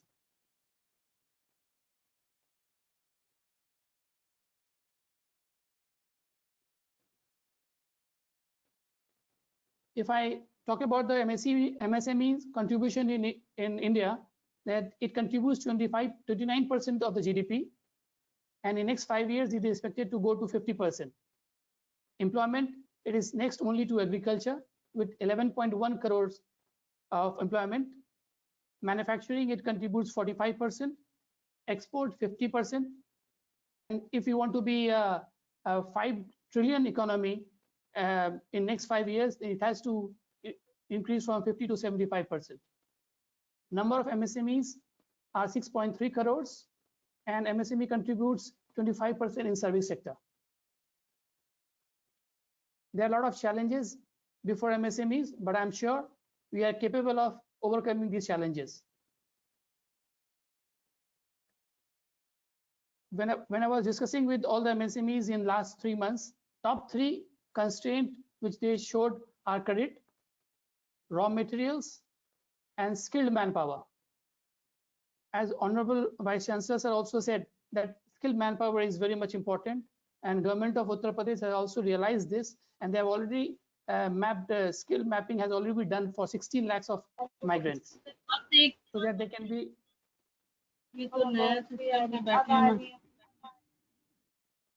latest technology. If you have to compete with the world, and if you want India to become a world hub for the in terms of manufacturing, then we have to have a latest technology and adapt very fast, either in terms of infrastructure or connectivity, whether it's connectivity in terms of roadways, waterways, airways, and through railways. This is very important if we want to grab the opportunity provided as currently. Challenges are also in terms of demand generation, because MSMEs have products or they can make products, but whether there are demand or not. But this stimulus package given by Government of India, which covers both demand side and both supply side, which I'll further take in the due course of the presentation.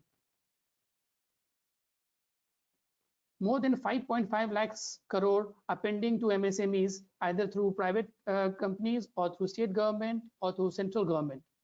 And Honorable Finance Minister have already committed that these dues will be cleared in next 45 days. GST and income tax refund. Couple of days back only, just I was going through that 11,000 crores have already been refunded, and of the total of 18,000 crores. So government is very receptive to all the demands of MSMEs, and they are taking decision as and required. Implementation is a very key to all the success. We may have a यहाँ पे कर लो यार, तुम जो कुछ है सब तुम्हारा यहाँ से चल जाएगा. We may have like blueprints for all the planning, but it has to be implemented in a way that gives results and fast result. Online training needs to be developed, because now it is very difficult for a classroom training, and we also have incubation center in Guwahati and other 11 places in India, where we're trying to already started with online training and video tutorials, and focus is more on health sector. As I said, aggregation model, all MSMEs are looking for some support in terms of logistics, insurance, machine sellings, raw materials, credit facility, marketing of their products, and software selling.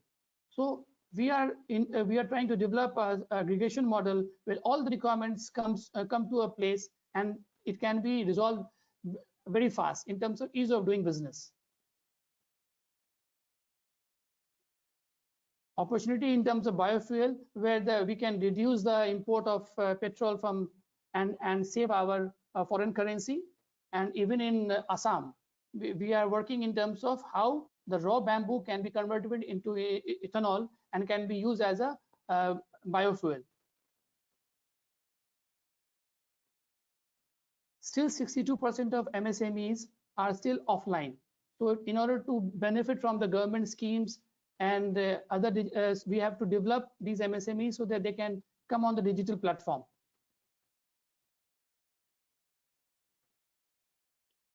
Customer approach, whatever we are producing, now it is time that we should always look into what the requirement of the customer, what they are looking at, and how we can fast diversify.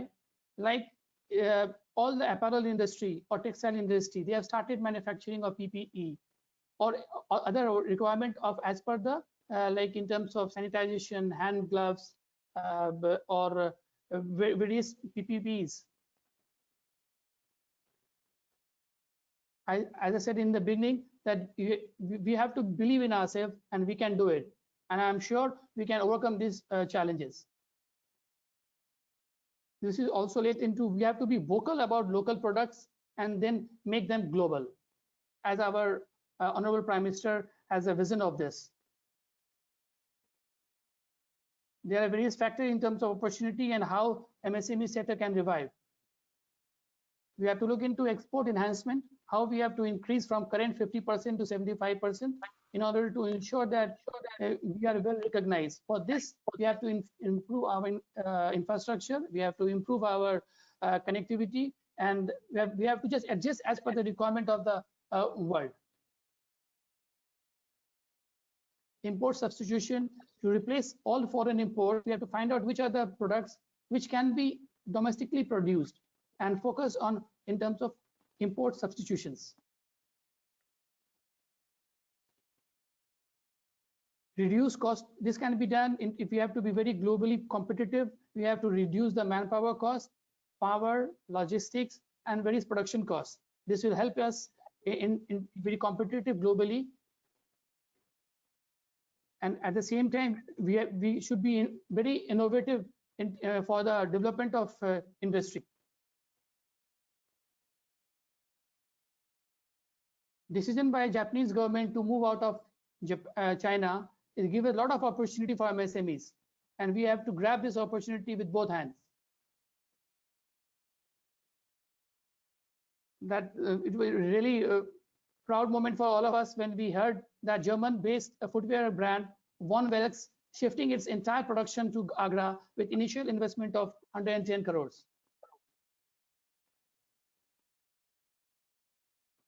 From zero to second manufacturer of PPE, this can be done only by India.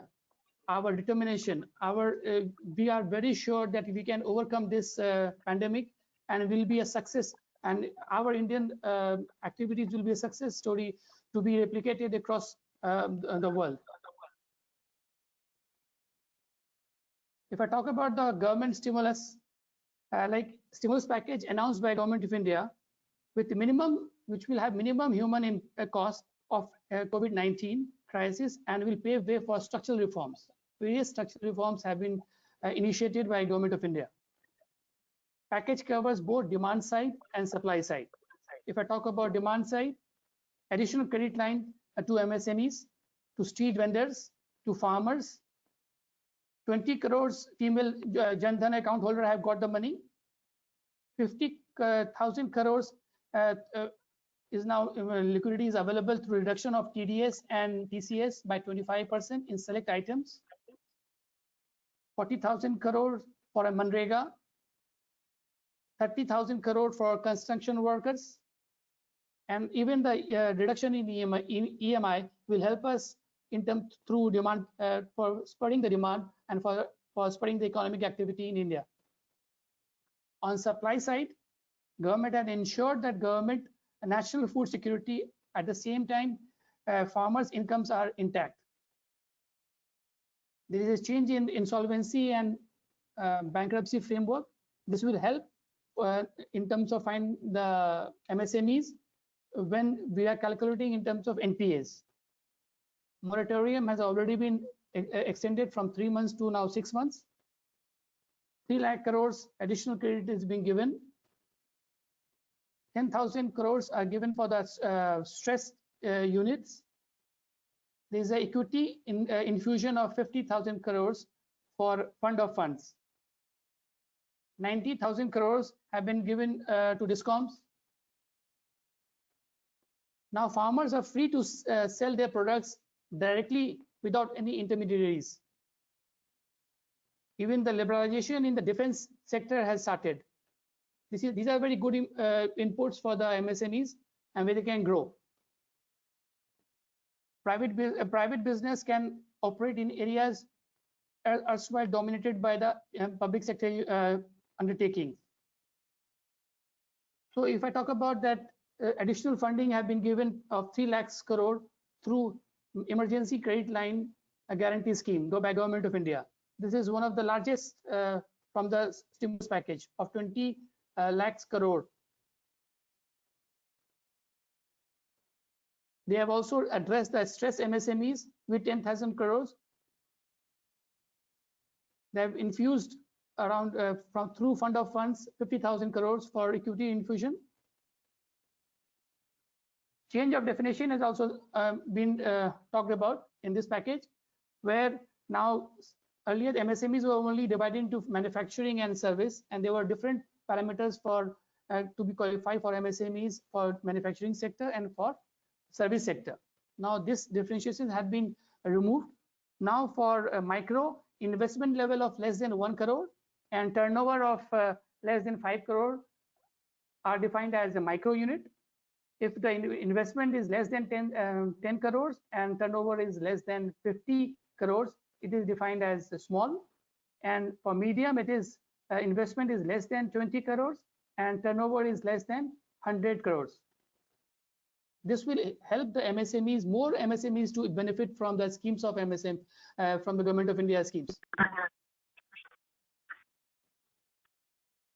Global tender disallowed in government procurement tenders up to 200 crores. This will help the MSMEs. Due to now there will not be any trade fairs and exhibition, so we have to start working in terms of e-market linkages to help MSMEs to sell their products. Receivables from government will be cleared within 45 days. EPF measures. There are many EPF measures have been taken to ensure that take-home money in the hand of the employees increases. Today only my daughter said that she has got more money as a salary of May. Then so similarly, even 2,000 rupees is in a month. If somebody gets extra, this will spur the demand in the, and this will ultimately help MSMEs. Special liquidity scheme for NBFC, Housing Finance Corporation, and MFI directly or indirectly will help MSMEs in long term. They are relief for contractors, infusing 30,000 crores. 6-month extension has been given registration and completion date of real estate project to help real estate business. As I said earlier, release of liquidity of 50,000 crores will be there due to reduction of TDS and TCS in some select items.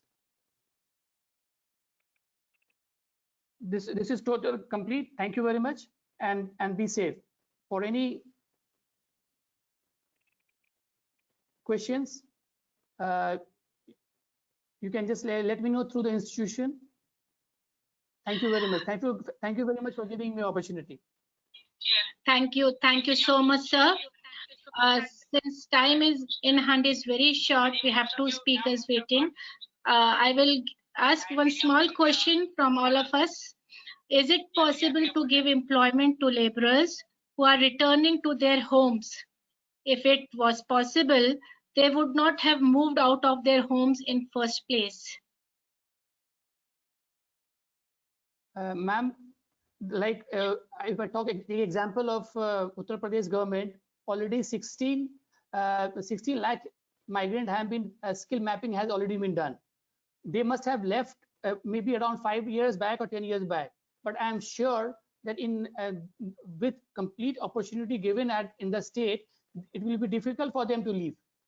Like even the government of Uttar Pradesh have already started a MOU with the Indian Association of Entrepreneurs to provide jobs to all the migrants. So all the government, in state government plus state governments, are receptive to these that the laborers are coming. At the same time, all the skill development, even Uttar Pradesh Skill Development Mission, they are working for the skill mapping and to train them, to untrain them, and again retrain them. So this will help in giving employment. And Manrega, 40,000 crore have been set aside for the Manrega only. So this is a great increase. And even the per day rate has been increased from 182 to 202. So this will always help, and in that these migrants will not go if they are given a good opportunity and handholded them to start their work here in their own states. Thank you. Thank you, sir. Thank you very much. I feel grateful to welcome Mr. Anupam Kishore, General Manager, Reserve Bank of India, Mumbai. He has more than 24 years of public service experience working in different capacities with RBI, including currency management, public department, debt management, foreign exchange department, and so on. He also has served as additional secretary with Government of Goa, where he has set up an independent management unit for the first time in the country. He has worked intensely for the infrastructure development, particularly in social sector like health, water supply, and sanitation. He is a recipient of prestigious US Fulbright Hubert Humphrey Fellowship Award, as also British governing Gurukul Scholarship. He has studied public policy or University of Minnesota. He is also alumni of London School of Economics. He did his internship with IMF as also with Government of Minnesota. He was also consultant for World Bank on green infrastructure. His paper on financial inclusion published with Federal Reserve Bank, Minneapolis. Ladies and gentlemen, I present to you Mr. Anupam Kishore. Sir. Good afternoon to you. Am I audible to you? Okay. Thanks for having me here. It's a very nice opportunity to speak on such topic. Can I have my presentation, please? I'd already told him to load.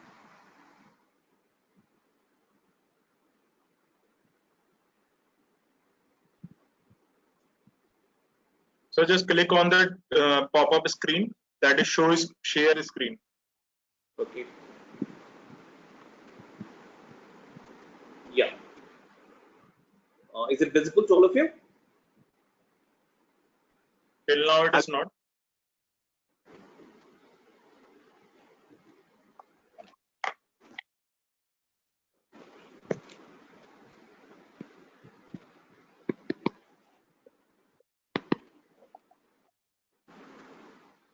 Now? Have you click on that share screen button? Share screen option. Where is that?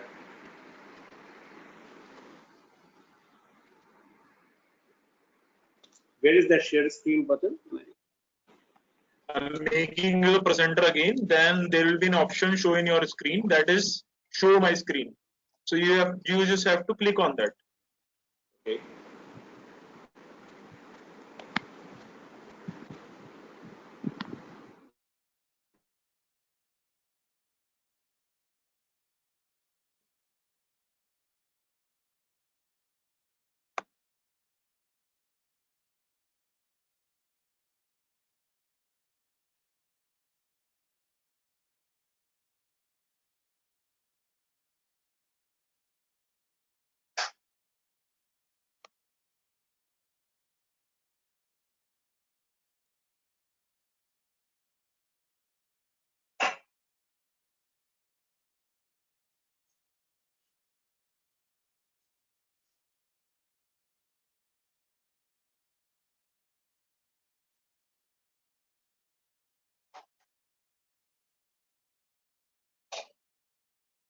He has gone offline.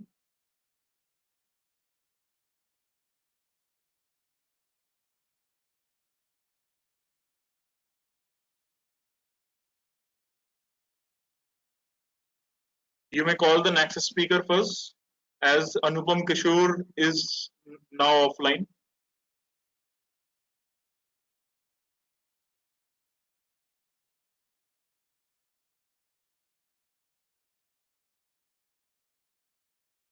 Swati ji Yes, sir. आप Anil sir का करा लीजिए पहले lecture Okay. There is some issue with our speaker. So without wasting much of time, I will introduce our another speaker who is a stalwart of academic world.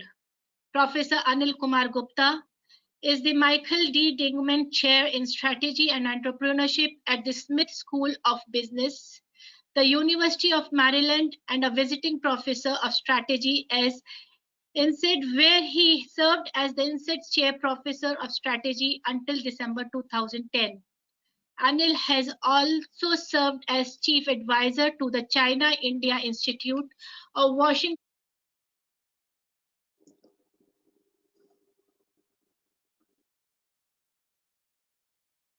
Swati ji unmute करिए mute है आपका unmute करिए तो शुरू से बोलूं कि अभी स्टार्टिंग से नहीं बीच में हो गया था Okay.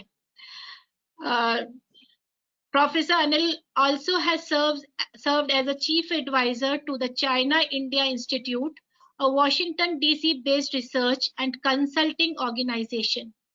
He has earlier served as a visiting professor at Stanford University and Dartmouth College. He received a doctorate from the Harvard Business School, an MBA from the Indian Institute of Management at Ahmedabad, and a BTech from the Indian Institute of Technology at Kanpur. Ladies and gentlemen, I present to you Professor Anil K. Gupta. Sir. Thank you very much, Professor Mathur. So I need to figure out how to share my screen, how to share my PowerPoint. There is one option, show my screen, visible on your screen. So you just have to click on that. Okay, let me see. Okay, can people see my screen? Yes, sir. Okay, good. Okay, let me try this. Just 1 second.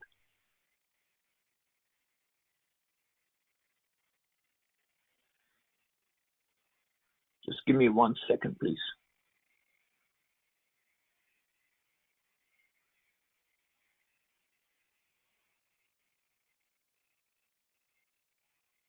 Just give me 1 second. My screen went to the other. 1 second. I'm going to taskbar.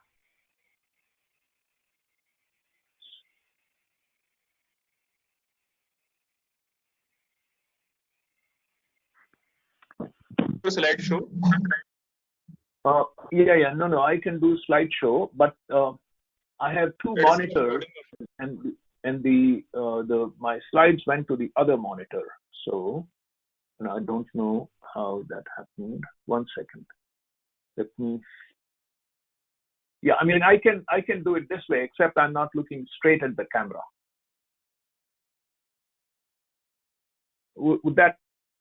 Is that okay if I do it like this? Yes, sir. Yeah, it's okay. Okay, all right. Okay. Excuse me. 1 second. Okay. Yeah. So thank you again, and it's a delight to be here with all of you. So my topic is not directly connected to India, but it's really connected to what's happening in the global economy. And so it's the future of globalization, because something that I have been studying and writing about for the last 30 years. If you look at, pretty much, 90% or more of the headlines regarding what's happening in globalization, all of these headlines are like an echo chamber saying essentially that the coronavirus is killing globalization. And my main thesis, so I kind of share it right away, is that actually this is like in year 2000, somebody looking at the demise of chemical films and really feeling sad that photography has come to an end. Okay, that would be looking back rather than looking forward. And my main thesis is that globalization, connected by atoms, by trade in physical goods, has already been on its way out for the last 30 years and has accelerated in the current coronavirus situation. But what's replacing it is actually digital globalization, which is connectedness by bits rather than by atoms. And in fact, this digital globalization is far more powerful than the earlier, if you will, the old globalization of connectedness by trade and goods. So, the big question, is this the end of globalization or a new beginning? So first, if you just look at what the globalization has done for the people around the world, is that we can see global well-being on the rise, measured, many ways to look at it. But, one is in terms of life expectancy. One could look at income levels. One could look at other measures. So this is very good news.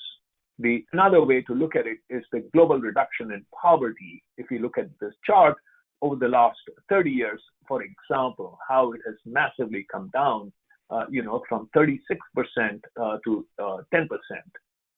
At the same time, while that is very good news, feeding into the current, let's say, malaise about globalization is that even as globally inequality is declining, within country, inequality is increasing. And that is happening everywhere, whether that is in the US or in China or in Europe or in India.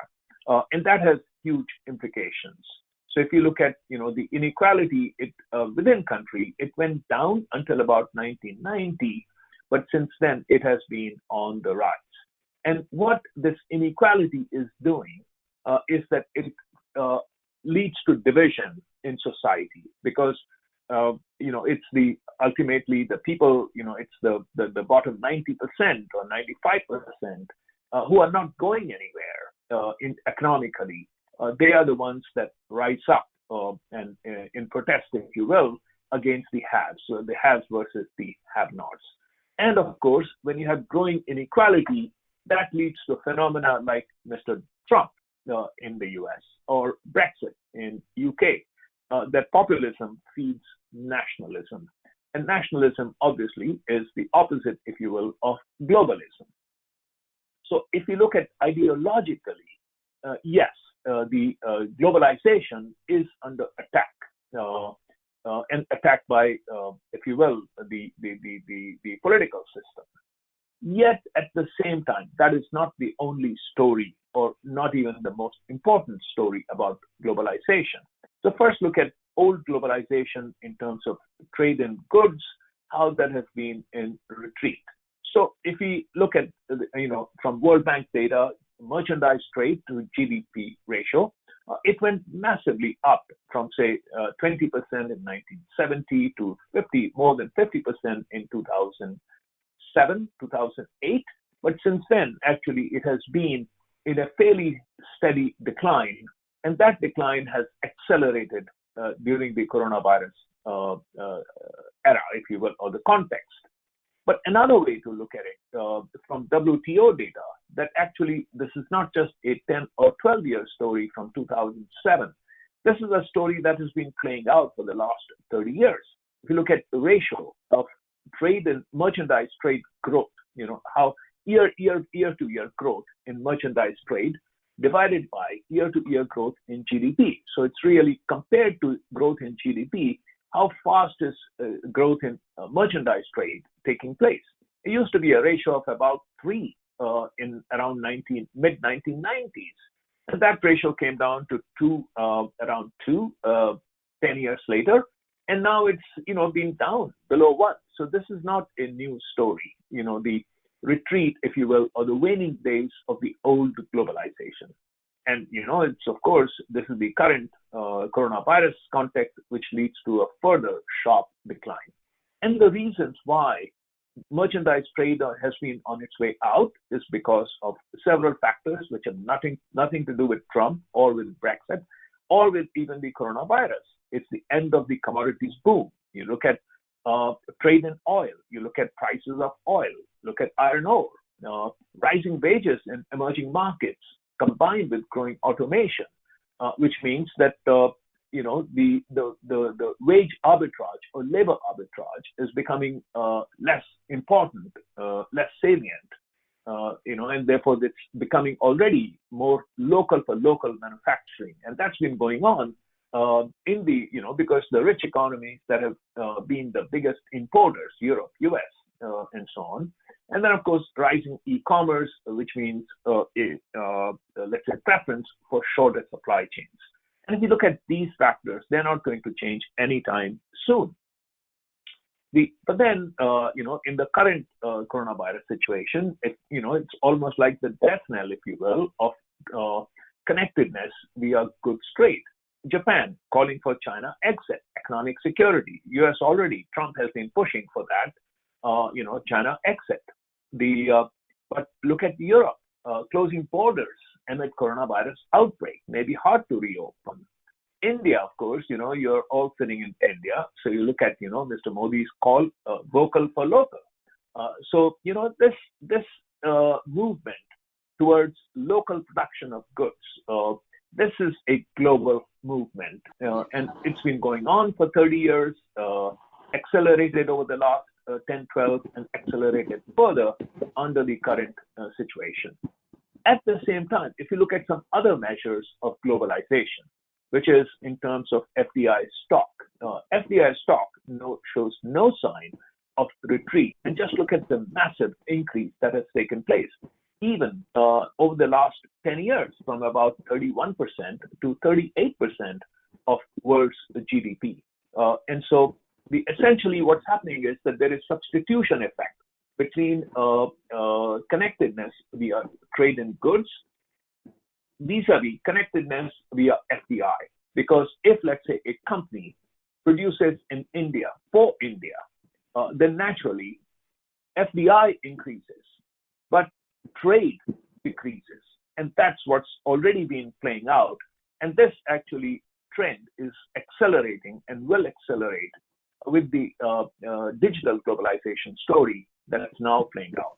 Services trade, of course, that's very important to India, but globally, services trade shows no sign of retreat. It continues to power ahead. So really, what is dying, if you will, is connectedness via goods trade, and that's not going to revive.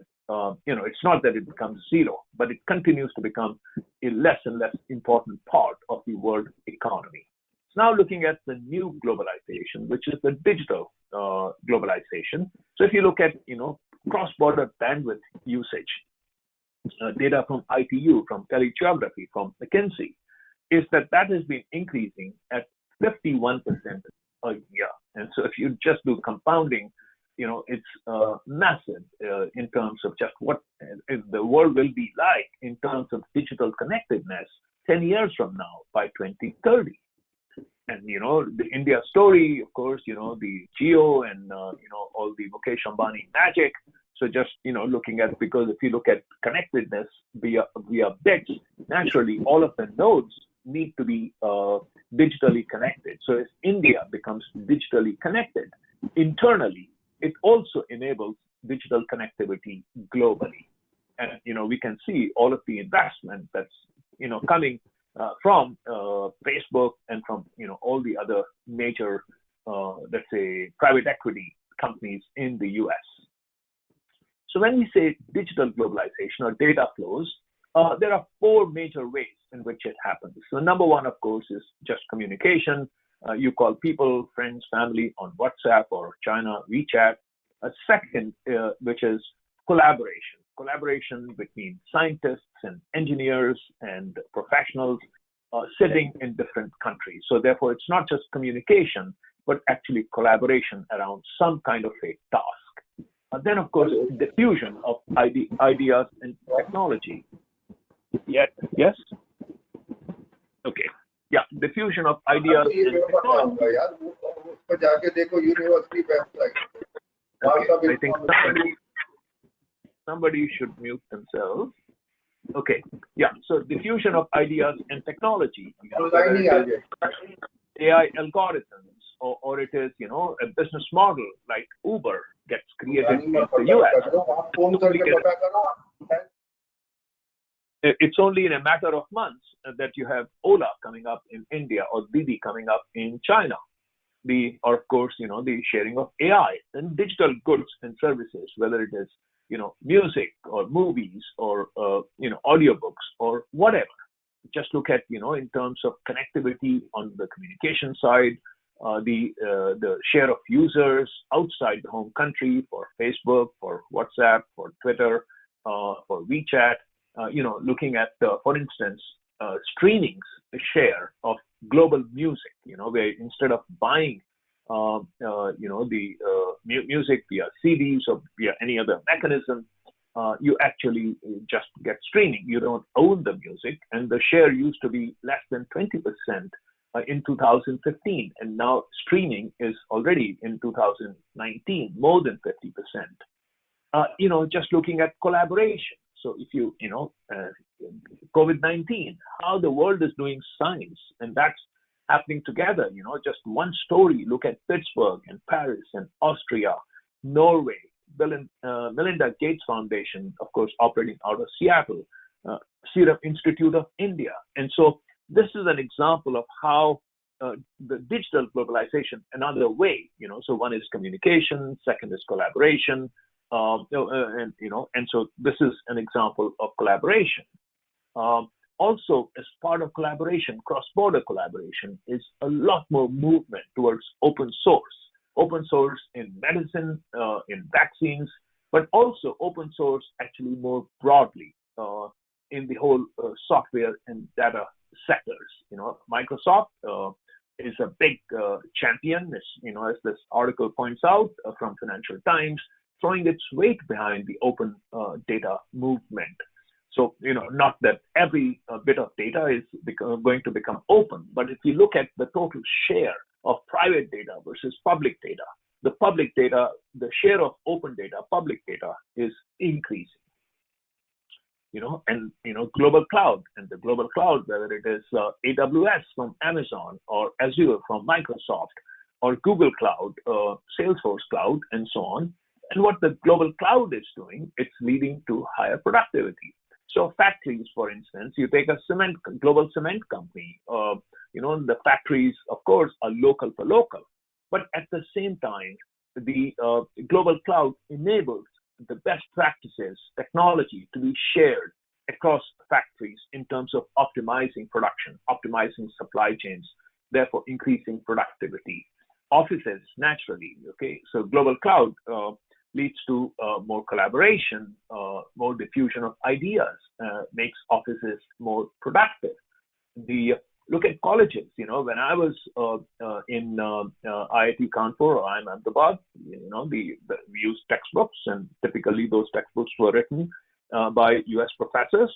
But that's how knowledge diffused, is that a professor at the college in India would get the textbooks that are being used here, and that would take, it might, the lag time might be years before the latest kind of textbooks in the US or Europe make their way to colleges in India. Today, you have Coursera, you have edX, so therefore it's instantaneous.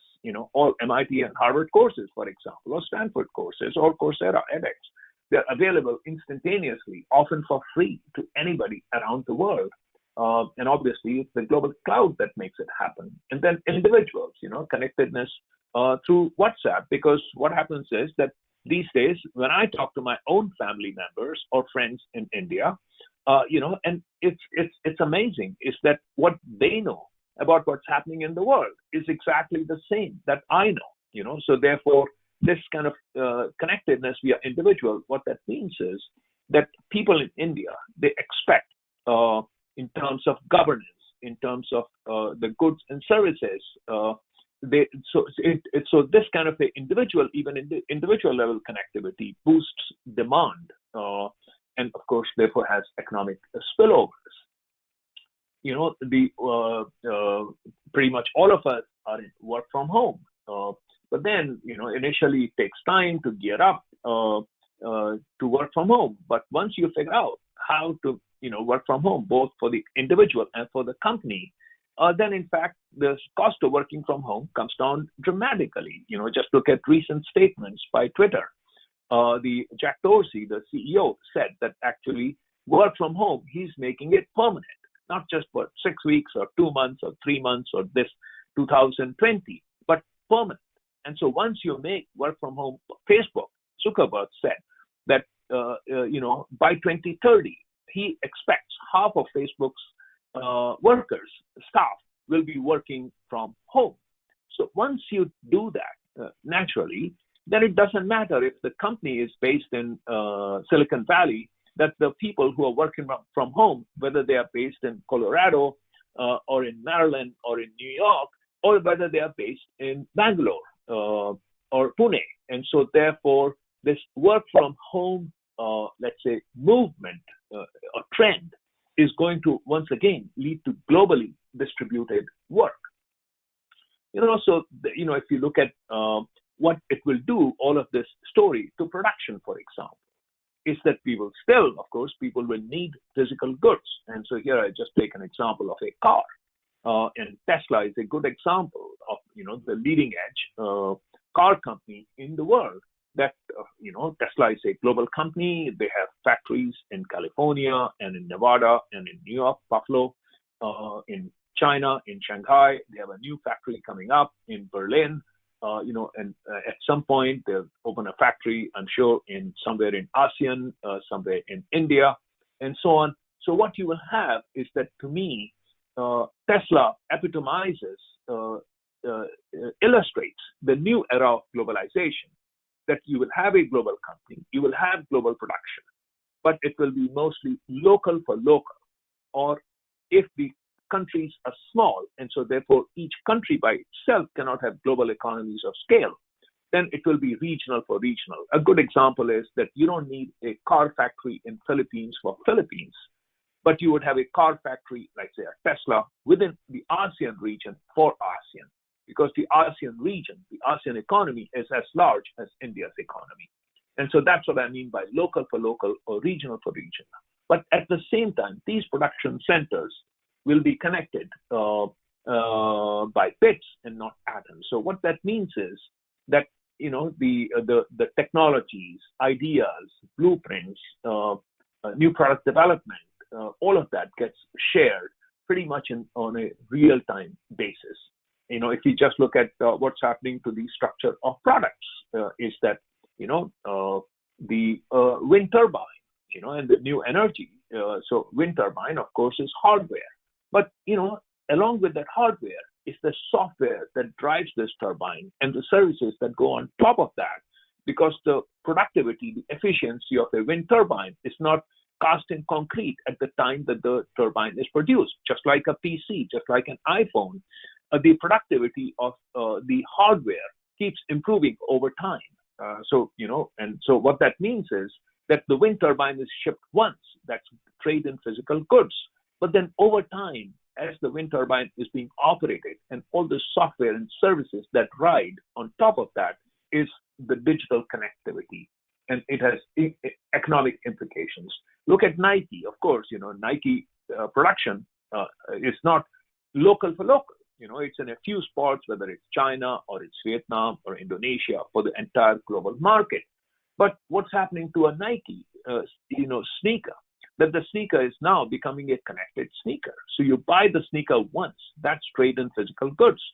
But then, after that, it's a connected speaker. So all the software and services that keep moving across borders to make that sneaker, if you will, more usable, more productive for the wearer. iPhone, of course, or smartphones, as you know, is not just hardware, but software and digital services. A car, okay. Time used to be that you buy a car and then, of course, you got to maintain it, but the car starts depreciating. Now, a Tesla car, there are over-the-air upgrades that keep taking place, every few weeks. So the car actually maintains its value, actually becomes more usable over time. So that's again, it's not just trade in hardware, but the software and services that rides on top of that.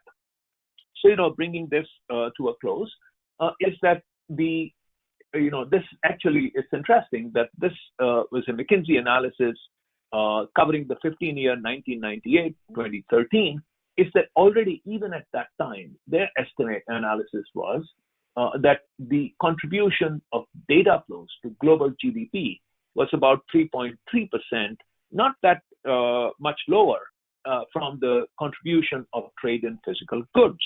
But then, given the decline of trade in physical goods that's been taking place, sharp decline, and the massively rapid growth in data flows, that one would have to assume that over the last 10 years, data flows have contributed more to global economy than goods trade. And you look ahead to the next 10 years, goods trade will keep becoming less important. Data flows will keep becoming more important. So, it's like the saying in Britain about, the monarch, the king is dead, long live the king, meaning the old king is dead, long live the new king. The old globalization is dying, but what's happening is long live the new digital globalization, more powerful than the old globalization. So that's my story, Professor Swati Mathur and Professor Atul Mathur. And I don't know if there are any time for any questions, but I'm happy if there is any time.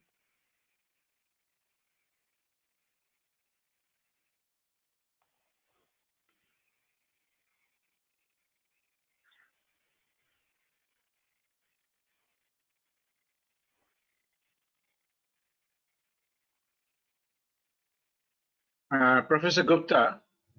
Yes. Do you hear me? I have a question. Yes. Yes. Yeah.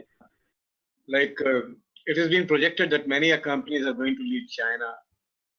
How India should grab these companies? Like, what should we do? Yeah. So I think that's right. That's right. And here the thing is, obviously for a company, they have multiple options. They could, increasingly companies are deciding to exit China. So that's given. The question is, where do they go? And India is one option, Vietnam, Indonesia, there are other options, Thailand. And so we have competition. And ultimately, if we think about what is India's competitive advantage, clearly the two major competitive advantages, but then there are also some, let's say, disadvantages that India needs to overcome. A major competitive advantage is the market size of India, so that a company moving production to India is manufacturing not just for India, not just for exports, but also for India. And so that attraction of scale. Second is that if you look at management capability in India, by and large, the managerial capability, the organizational capability in India is among the highest in the world. And so very competitive with China, very competitive with ASEAN, and so on.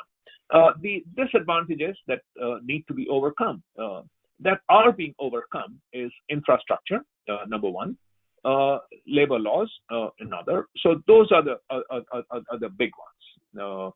So I think infrastructure and labor laws, and if I add one more thing, is predictability of policies. Because if, let's say, the government, if the companies believe that government policies could change on a dime, then that creates uncertainty, and obviously uncertainty is a negative in terms of deciding where to go. Thank you, sir. In the year 1998, the policy of LPG, liberalization, privatization, and everything came to India. And the same year, China also started. When we compare India and China, India doesn't stand anywhere as compared to China. So, what is your opinion about it? Yeah, I think if you compare India and China, there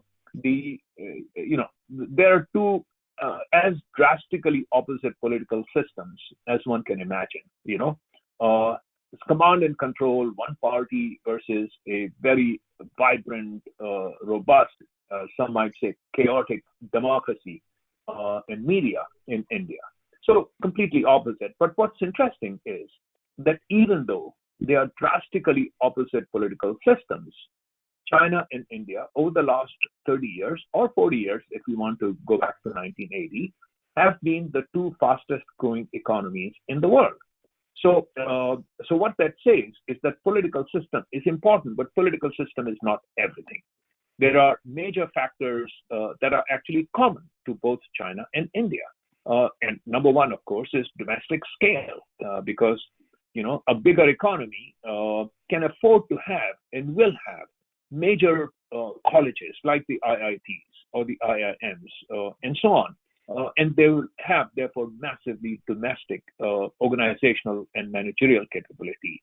The importance of education, importance of saving, importance given by parents to children.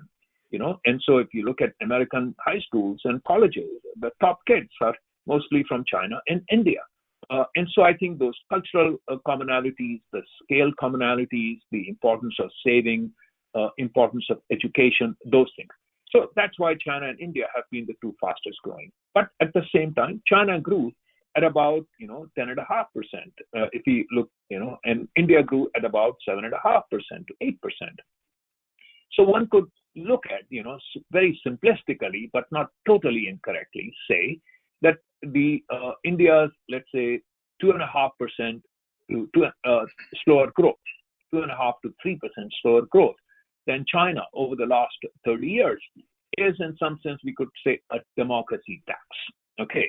And by democracy tax, what I mean is that because at this stage of development, both China and India need to, in the case of China, needed to really build infrastructure. And for that, you need, of course, to be able to, move populations, because, you need to build a highway from here to here. In China, the government just says, okay, we are going to build, this is a straight line. And if you have to move 1 million people, that's a minor implementation problem. In India, no way.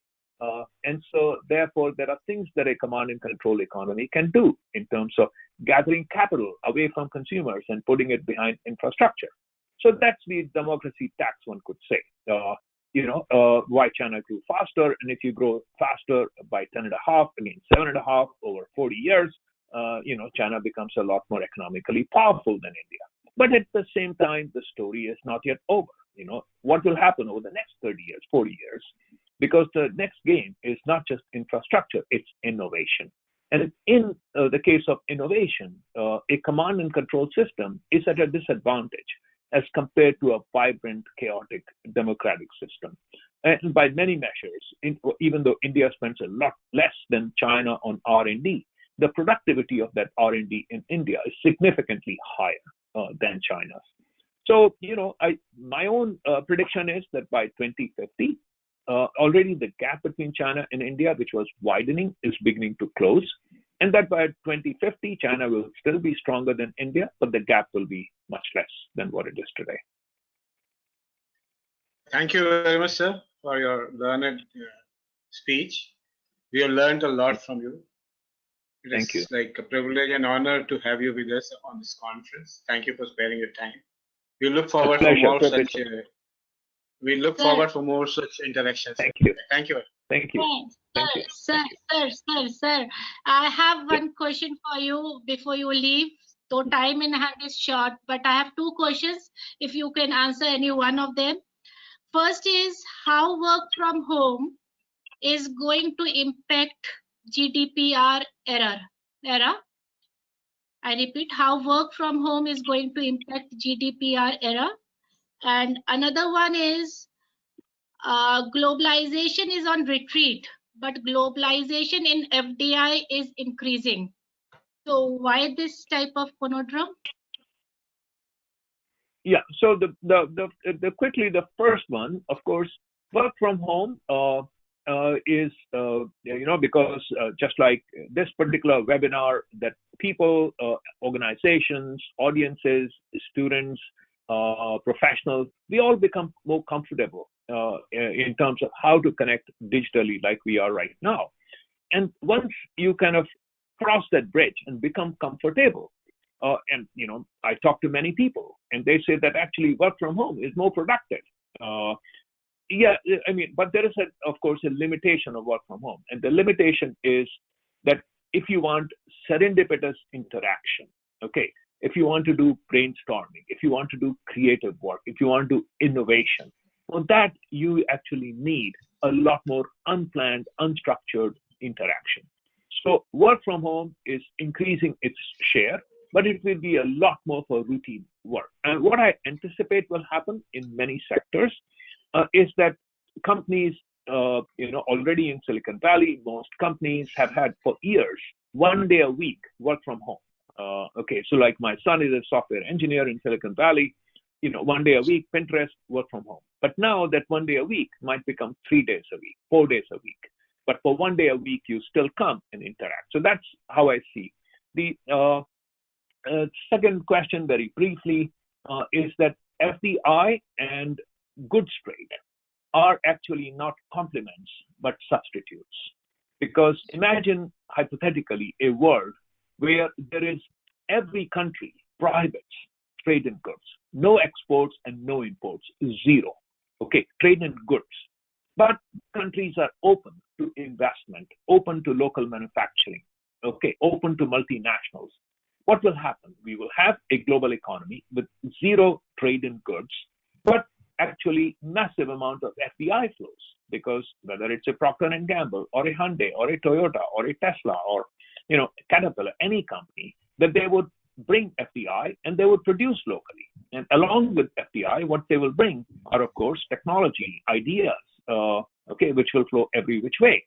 So it's easy to imagine in that hypothetical case, because we take the noise away from the analysis, is that you could have massive connectivity via capital, massive connectivity via bits, but zero connectivity by trade in goods.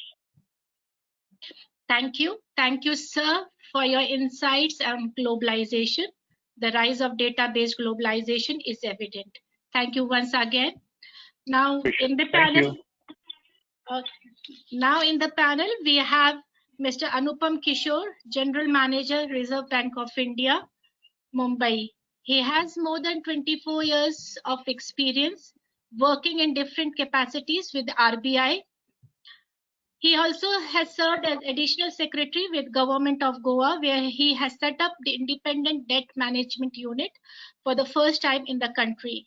He has worked intensively with the infrastructure development, particularly in social sector like health, water supply, and sanitation. He is a recipient of prestigious US Fulbright Hubert Humphrey Fellowship Award, as also British Chevening Gurukul Scholarship. He has studied public policy at University of Minnesota. He is also alumni of London School of Economics. He did his internship with IMF as also with Governor of Minnesota. Ladies and gentlemen, I present to you Swatim, I have some issue. I'm not able to see anything on screen, though I'm able to listen everything, but it is not like evident on screen anything. Swati ma'am, are you hear me? Yes, Shweta, just hold on. Let the speaker speak. I'll take your problem later. Okay, okay, ma'am.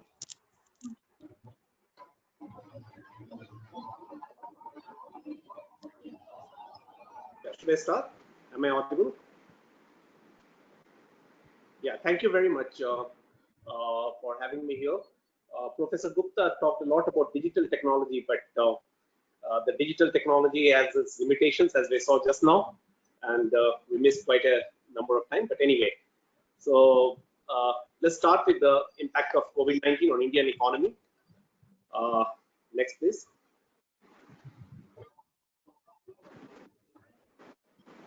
Next slide, please. Yeah. So the very first slide, I have to issue a disclaimer that is the official requirement that the views expressed in the presentation are my personal views and does not represent the views of Reserve Bank of India.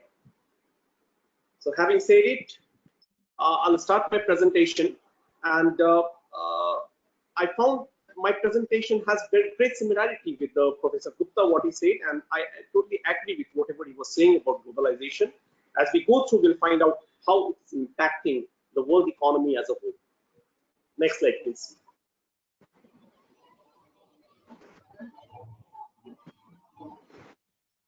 Before I proceed, can I ask all the members here to identify this country? This country was in, this is a situation in 1906, where the country with the economy was growing faster than the Europe. It was one of the world's 10 wealthiest nations.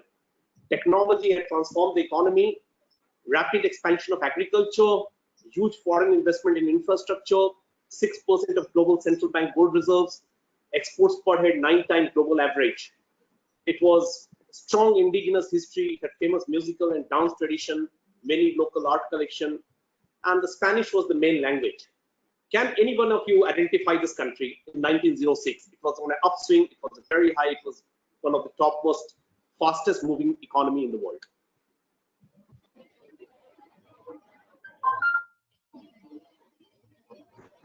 Okay, so here it is. This country was Argentina in 1906. A very fast moving economy with a rich tradition, art, culture, everything. Now, what happens after 1906? Let's move to the next slide, please.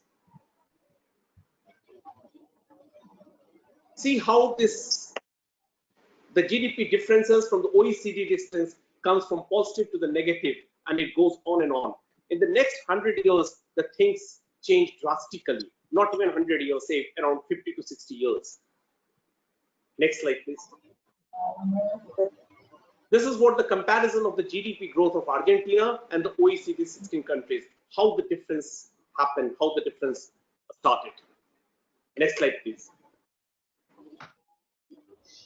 You all know the story of the Evita and how the governance happened in Argentina. So the limited point I was trying to make here, that the governance has a very strong connection with the economics of the place. Now that you need to take into always keep in your mind. Next slide, please.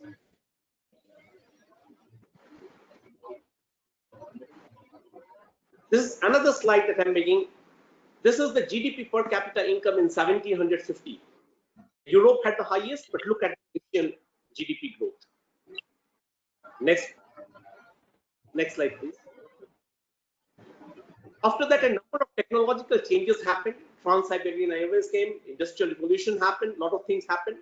2000, you see GDP per capita, how it changed. So over a short span of time, 100 years, 50 years, 200 years, the things change drastically. So human race history is long, and in the short span of time, things may change with certain very limited technological intervention or maybe some other factors that can happen. Next, please. You see the proportion of global GDP. The Asia, it once upon a time in the year 1000 was 80%. It's come down so drastically. The Europe increased, the Western Europe increased, Latin America has remained almost the same. Next slide. And see the percentage, how in India it constitutes around 25% of the global GDP has come around to 3% now. So you see, over a period, a very short period of time, things change. Things change a lot, and certain external factors make them change. So it's all these things has to be kept in mind when we talk of the global economy and the future scenario that is going to happen tomorrow. Next slide, please. So I will say that Damir was always right. It's the fittest which survive. The country which to the changes, the citizens which adopt to the changes of the nature survive and become the best. Next, please. As Professor Gupta stressed a lot on it, in phases of globalization, how the globalization is changing its nature. Is the globalization ending, or is it the beginning of the new globalization? That has a huge impact. Now we know there have been 4 phases of globalization: 1830s to late 1800s, 1900 to 1930, fueled by electricity and steel, early M&Es. Phase 3, 1948 to 70s, that post-war era, reduction of trade barriers worldwide, rise of global capital markets. And phase 4 is 1942 present, which primarily dealt with the internet explosion and things like that. Next, please. So this is almost the same slide, how the export as a percentage to GDP increased with the different globalization stages. So with the globalization, what happens? The world trade increases, the economy obviously jumps up, and a lot of things happen. Now, if there is no globalization, there is no competition, there is no privatization, and the incompetence builds up. What happened in India pre-1990 era, where we are having a Hindu rate of growth of 3.5%. Next slide, please. Now, what are the features of globalization? The major features are increased trade, mobility of people and skills, borderless diffusion of knowledge, and borderless production chains.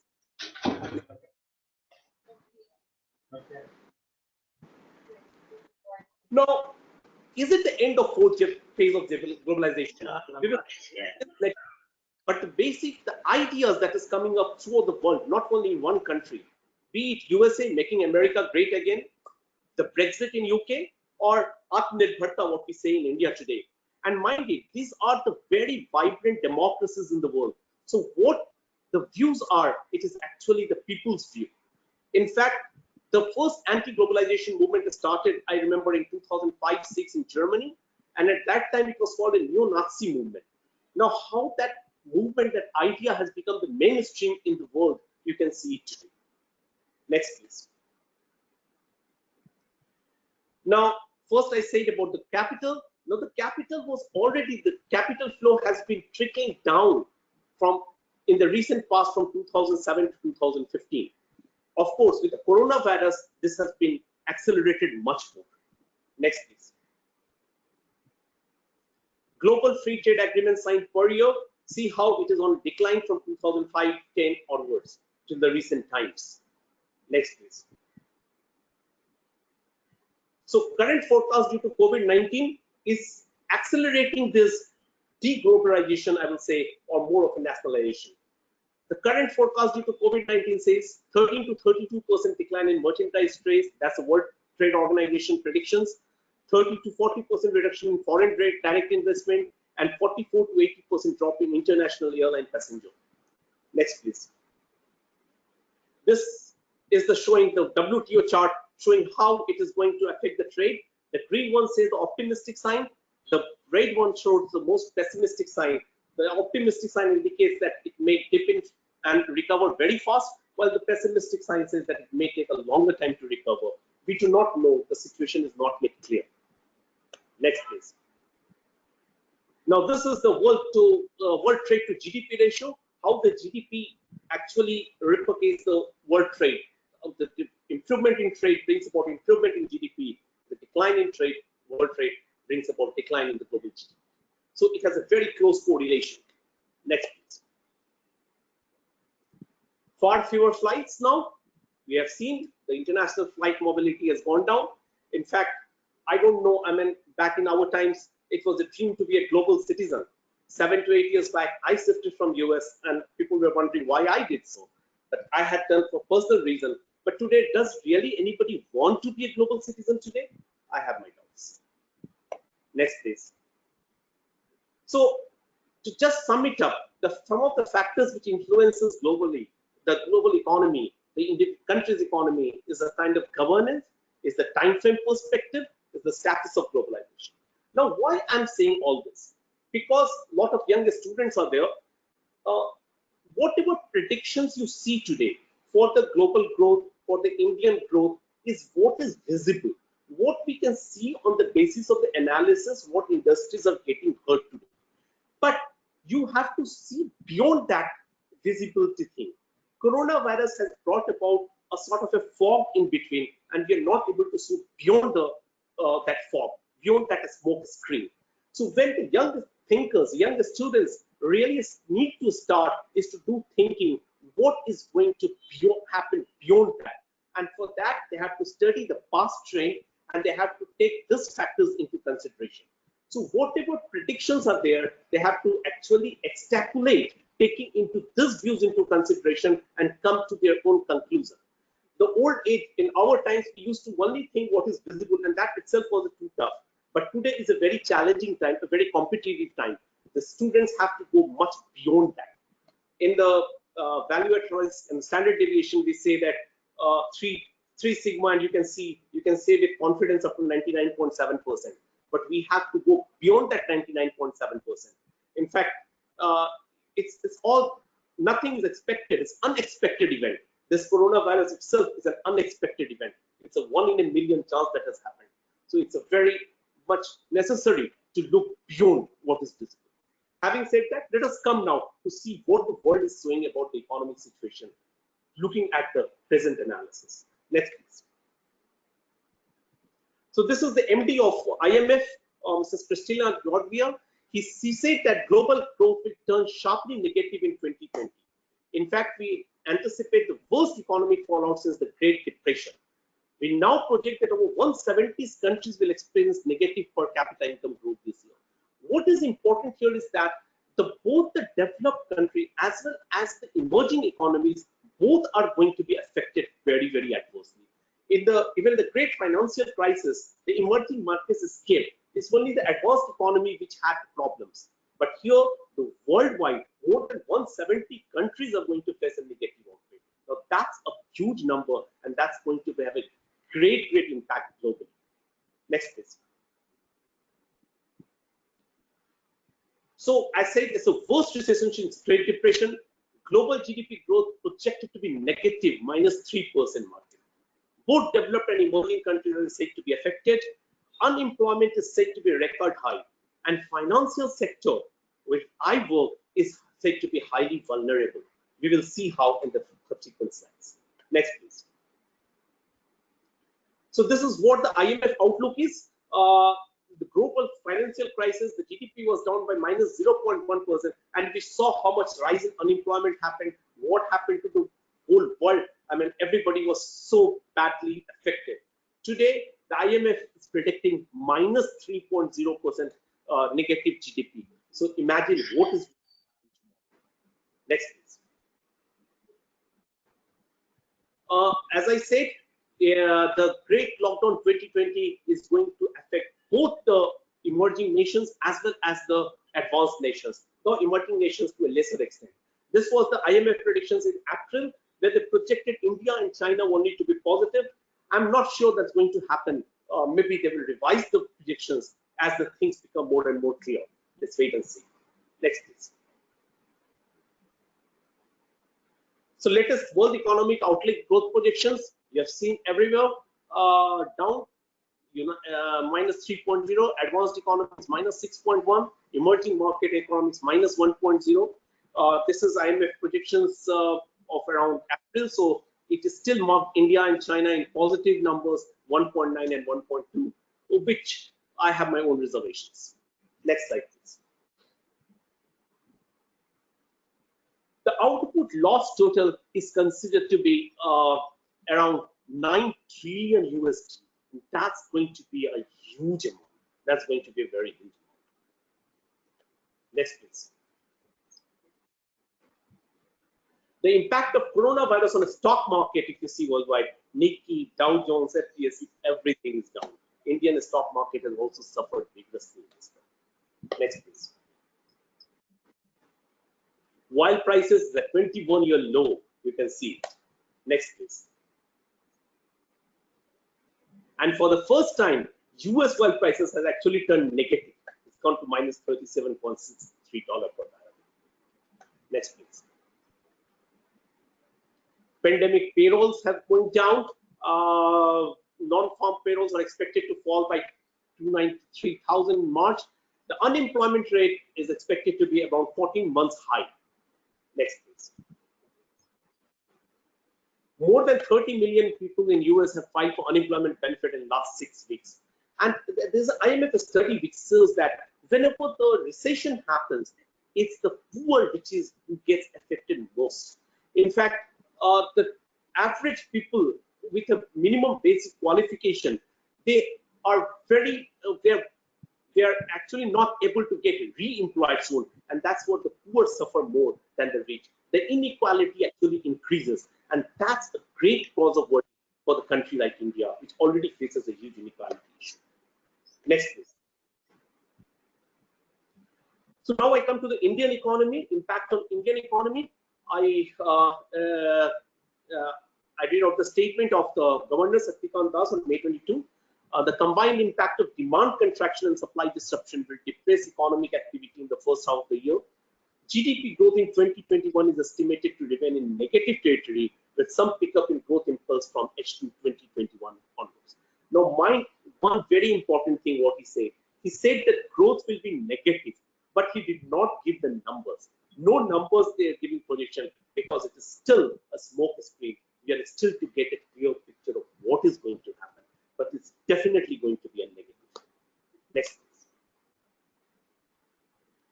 These are the growth forecasts to different agencies. IMF has already said 1.9%, S&P Global 1.8%, Moody's 2.5%, Fitch Rating 1.8%, CT 1.7%, Economist 2.1%, and Barclays 0%. And mind it, all these have been made in month of March, April. So a lot may be revised very soon. Next, please. The Asian Development Bank presented the 4 scenarios of COVID-19 impact on Indian economy and employment. And it says that the best scenario is the loss of $367 million, and the worst scenario is the loss of around $1,209 for Indian economy alone. And that's quite a huge number which we're going to suffer. Next, please. Now, this is a very, very important slide. What has happened that the GDP growth normal trajectory was going on. Now it has been suddenly lowered. In the rate, you can see the lower part. Now it is very difficult. It's almost impossible to catch up with the first trajectory. Now this gap is going to remain for a long, long time. And that is a great reason to work for this. Next slide, please. Now bilateral exchange rate, Indo-US dollar has flopped down to around 10 to 12%. The stock market, as I say, certainly has gone down tremendously, March, April. So, I mean, all impacts can be seen over here. Next, please. Impact on Indian currency and government bond market. Currency, as I already said, depreciation of 10 to 12%, both USD and Euro. Government bond market is also going down. Now, these are the facts. Next.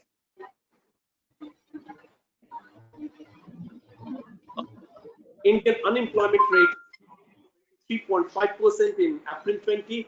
The unemployment rate was relatively high, and now it is going to be far worse in the coming days. Next, please. I think someone already discussed this this slide, that financial, real estate, different sectors, what is going to be impact, and most of the sectors are going to have a negative impact. My only thing I will say is that though we are affected, yet still have a safety net, we still have a sort of security in the sense that we are not very tightly coupled with the world economy. In a sense that India's share in world export is hardly 1.6%, and India's share in world's import is 2.6%. So what happens is that if it was a higher, if we're more dependent on the external trade, we would have been affected worse. Like what happened in China, where the percentage of world trade is around 70%, they are going to be affected worse than us. Our economic growth is very dependent on the domestic demand, and that is why we have been little bit uninsulated from the what's happening right now. Even the FDI percentage to GDP, if you see, it's hardly 19.75% of GDP. Sorry, FDI to GDP ratio, if you see, it's 1 to 1.5%. So even the FDI, though it has slowed down, it is not going to influence GDP growth to that extent if it was other way around. So that is one base that we have, but it's nothing to boast about. It's just happens to happen. That's all. Next, please. So this is the financial sector vulnerability which we are going to see. It's very difficult to predict anything right now because of the moratorium that has been announced. So we don't know the cash flow for the next 6 months.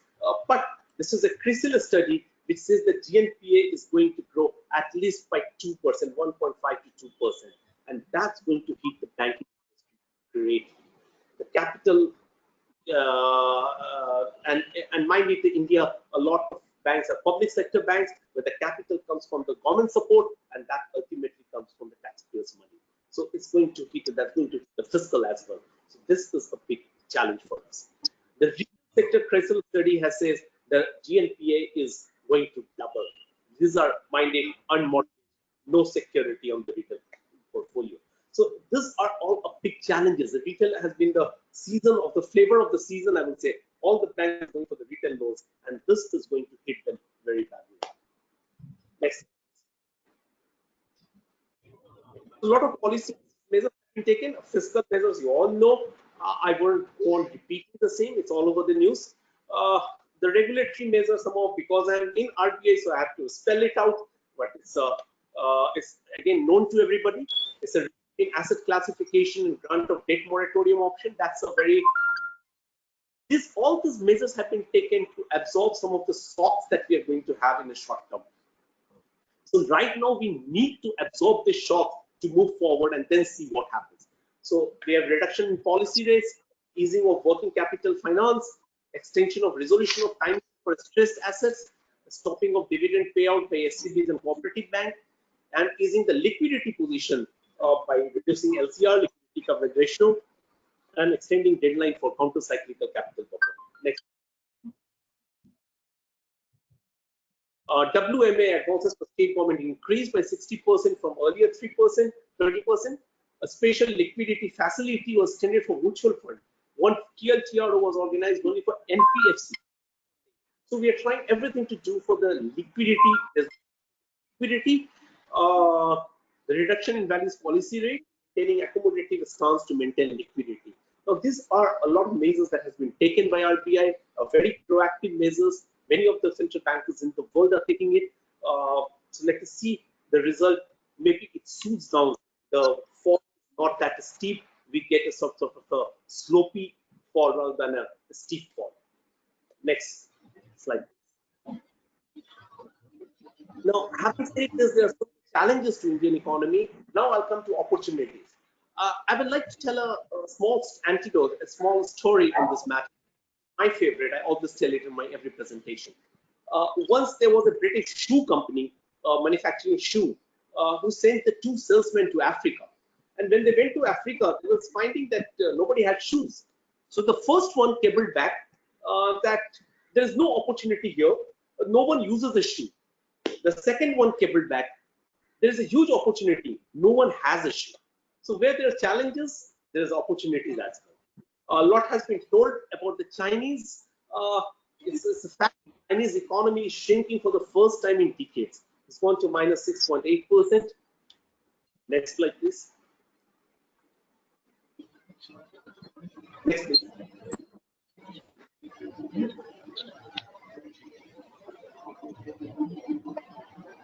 Chinese foreign investment is also falling down to a great extent. Next, please.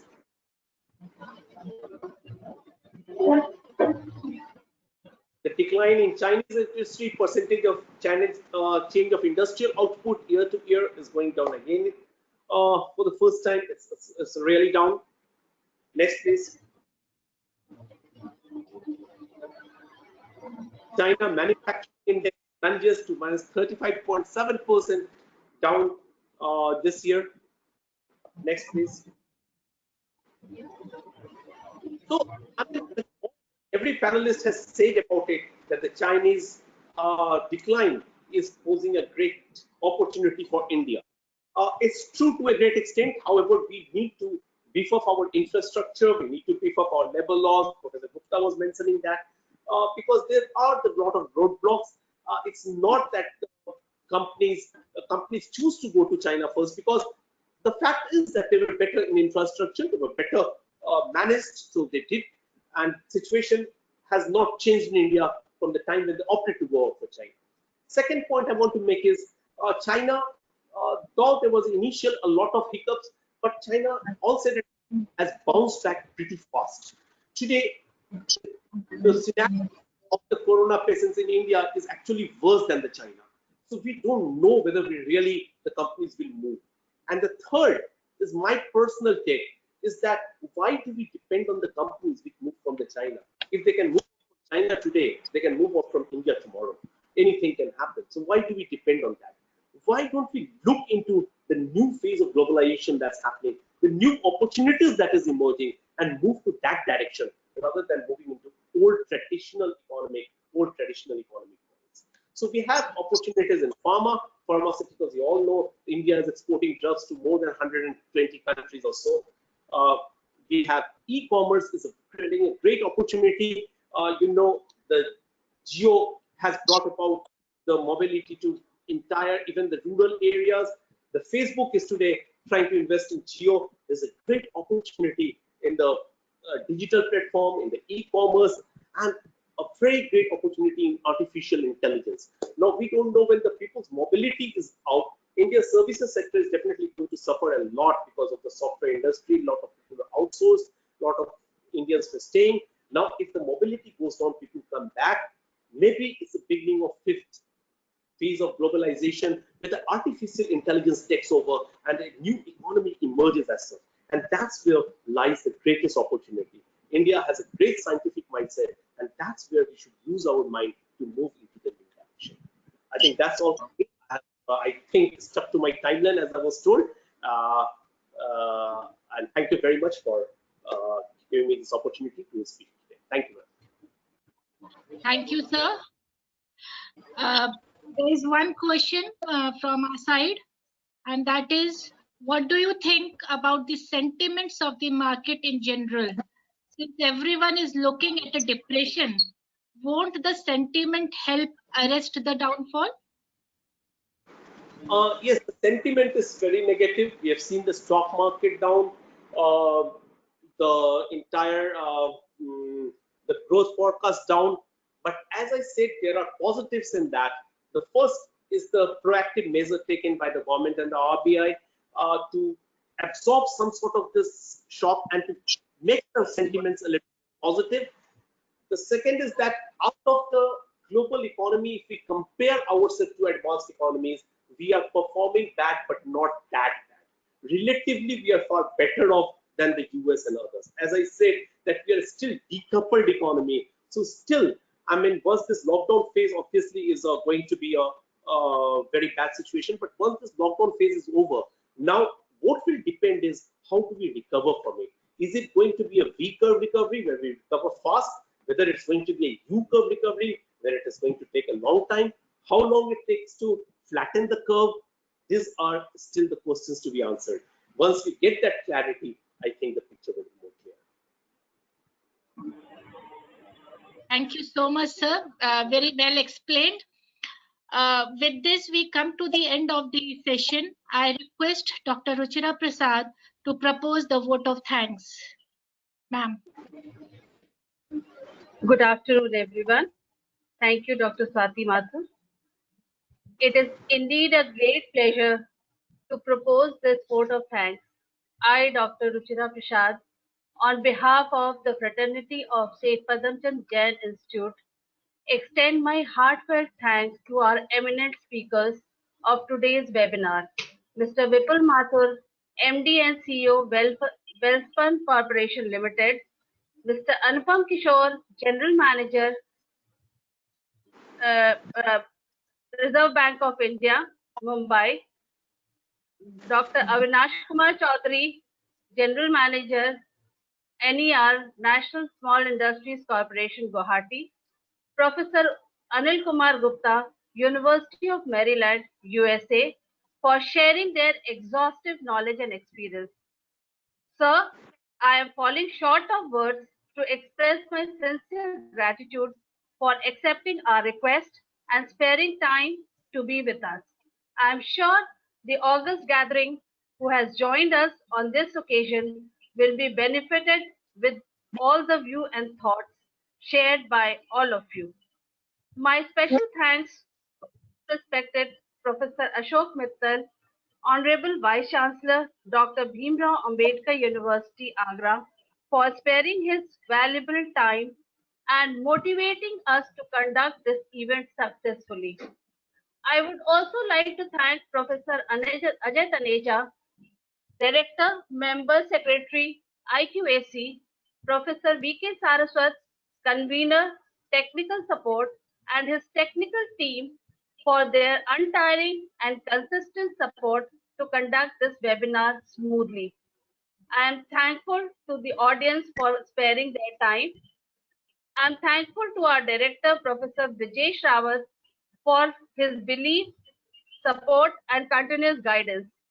I would also like to thank all my colleagues of State Padamchand Jain Institute, Dr. Atul Mathur, Dr. Y.K. Sharma, Dr. Alok Kumar Saxena, Dr. Swati Mathur, Dr. Seema Singh, Dr. Shweta Chaudhary for extending their help and support. At last, but not the least, I am thankful to the media persons who are connected with us electronically for giving wide publicity.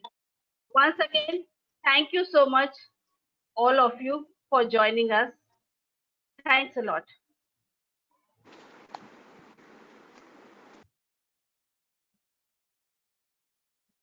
Can we end meeting? Yes, sir. Thank you, Saraswat sir. Okay, thank you. Thank you. Thank you, sir. Sir. Thank you. Congratulations. Thank you. Thank you, sir. Sorry,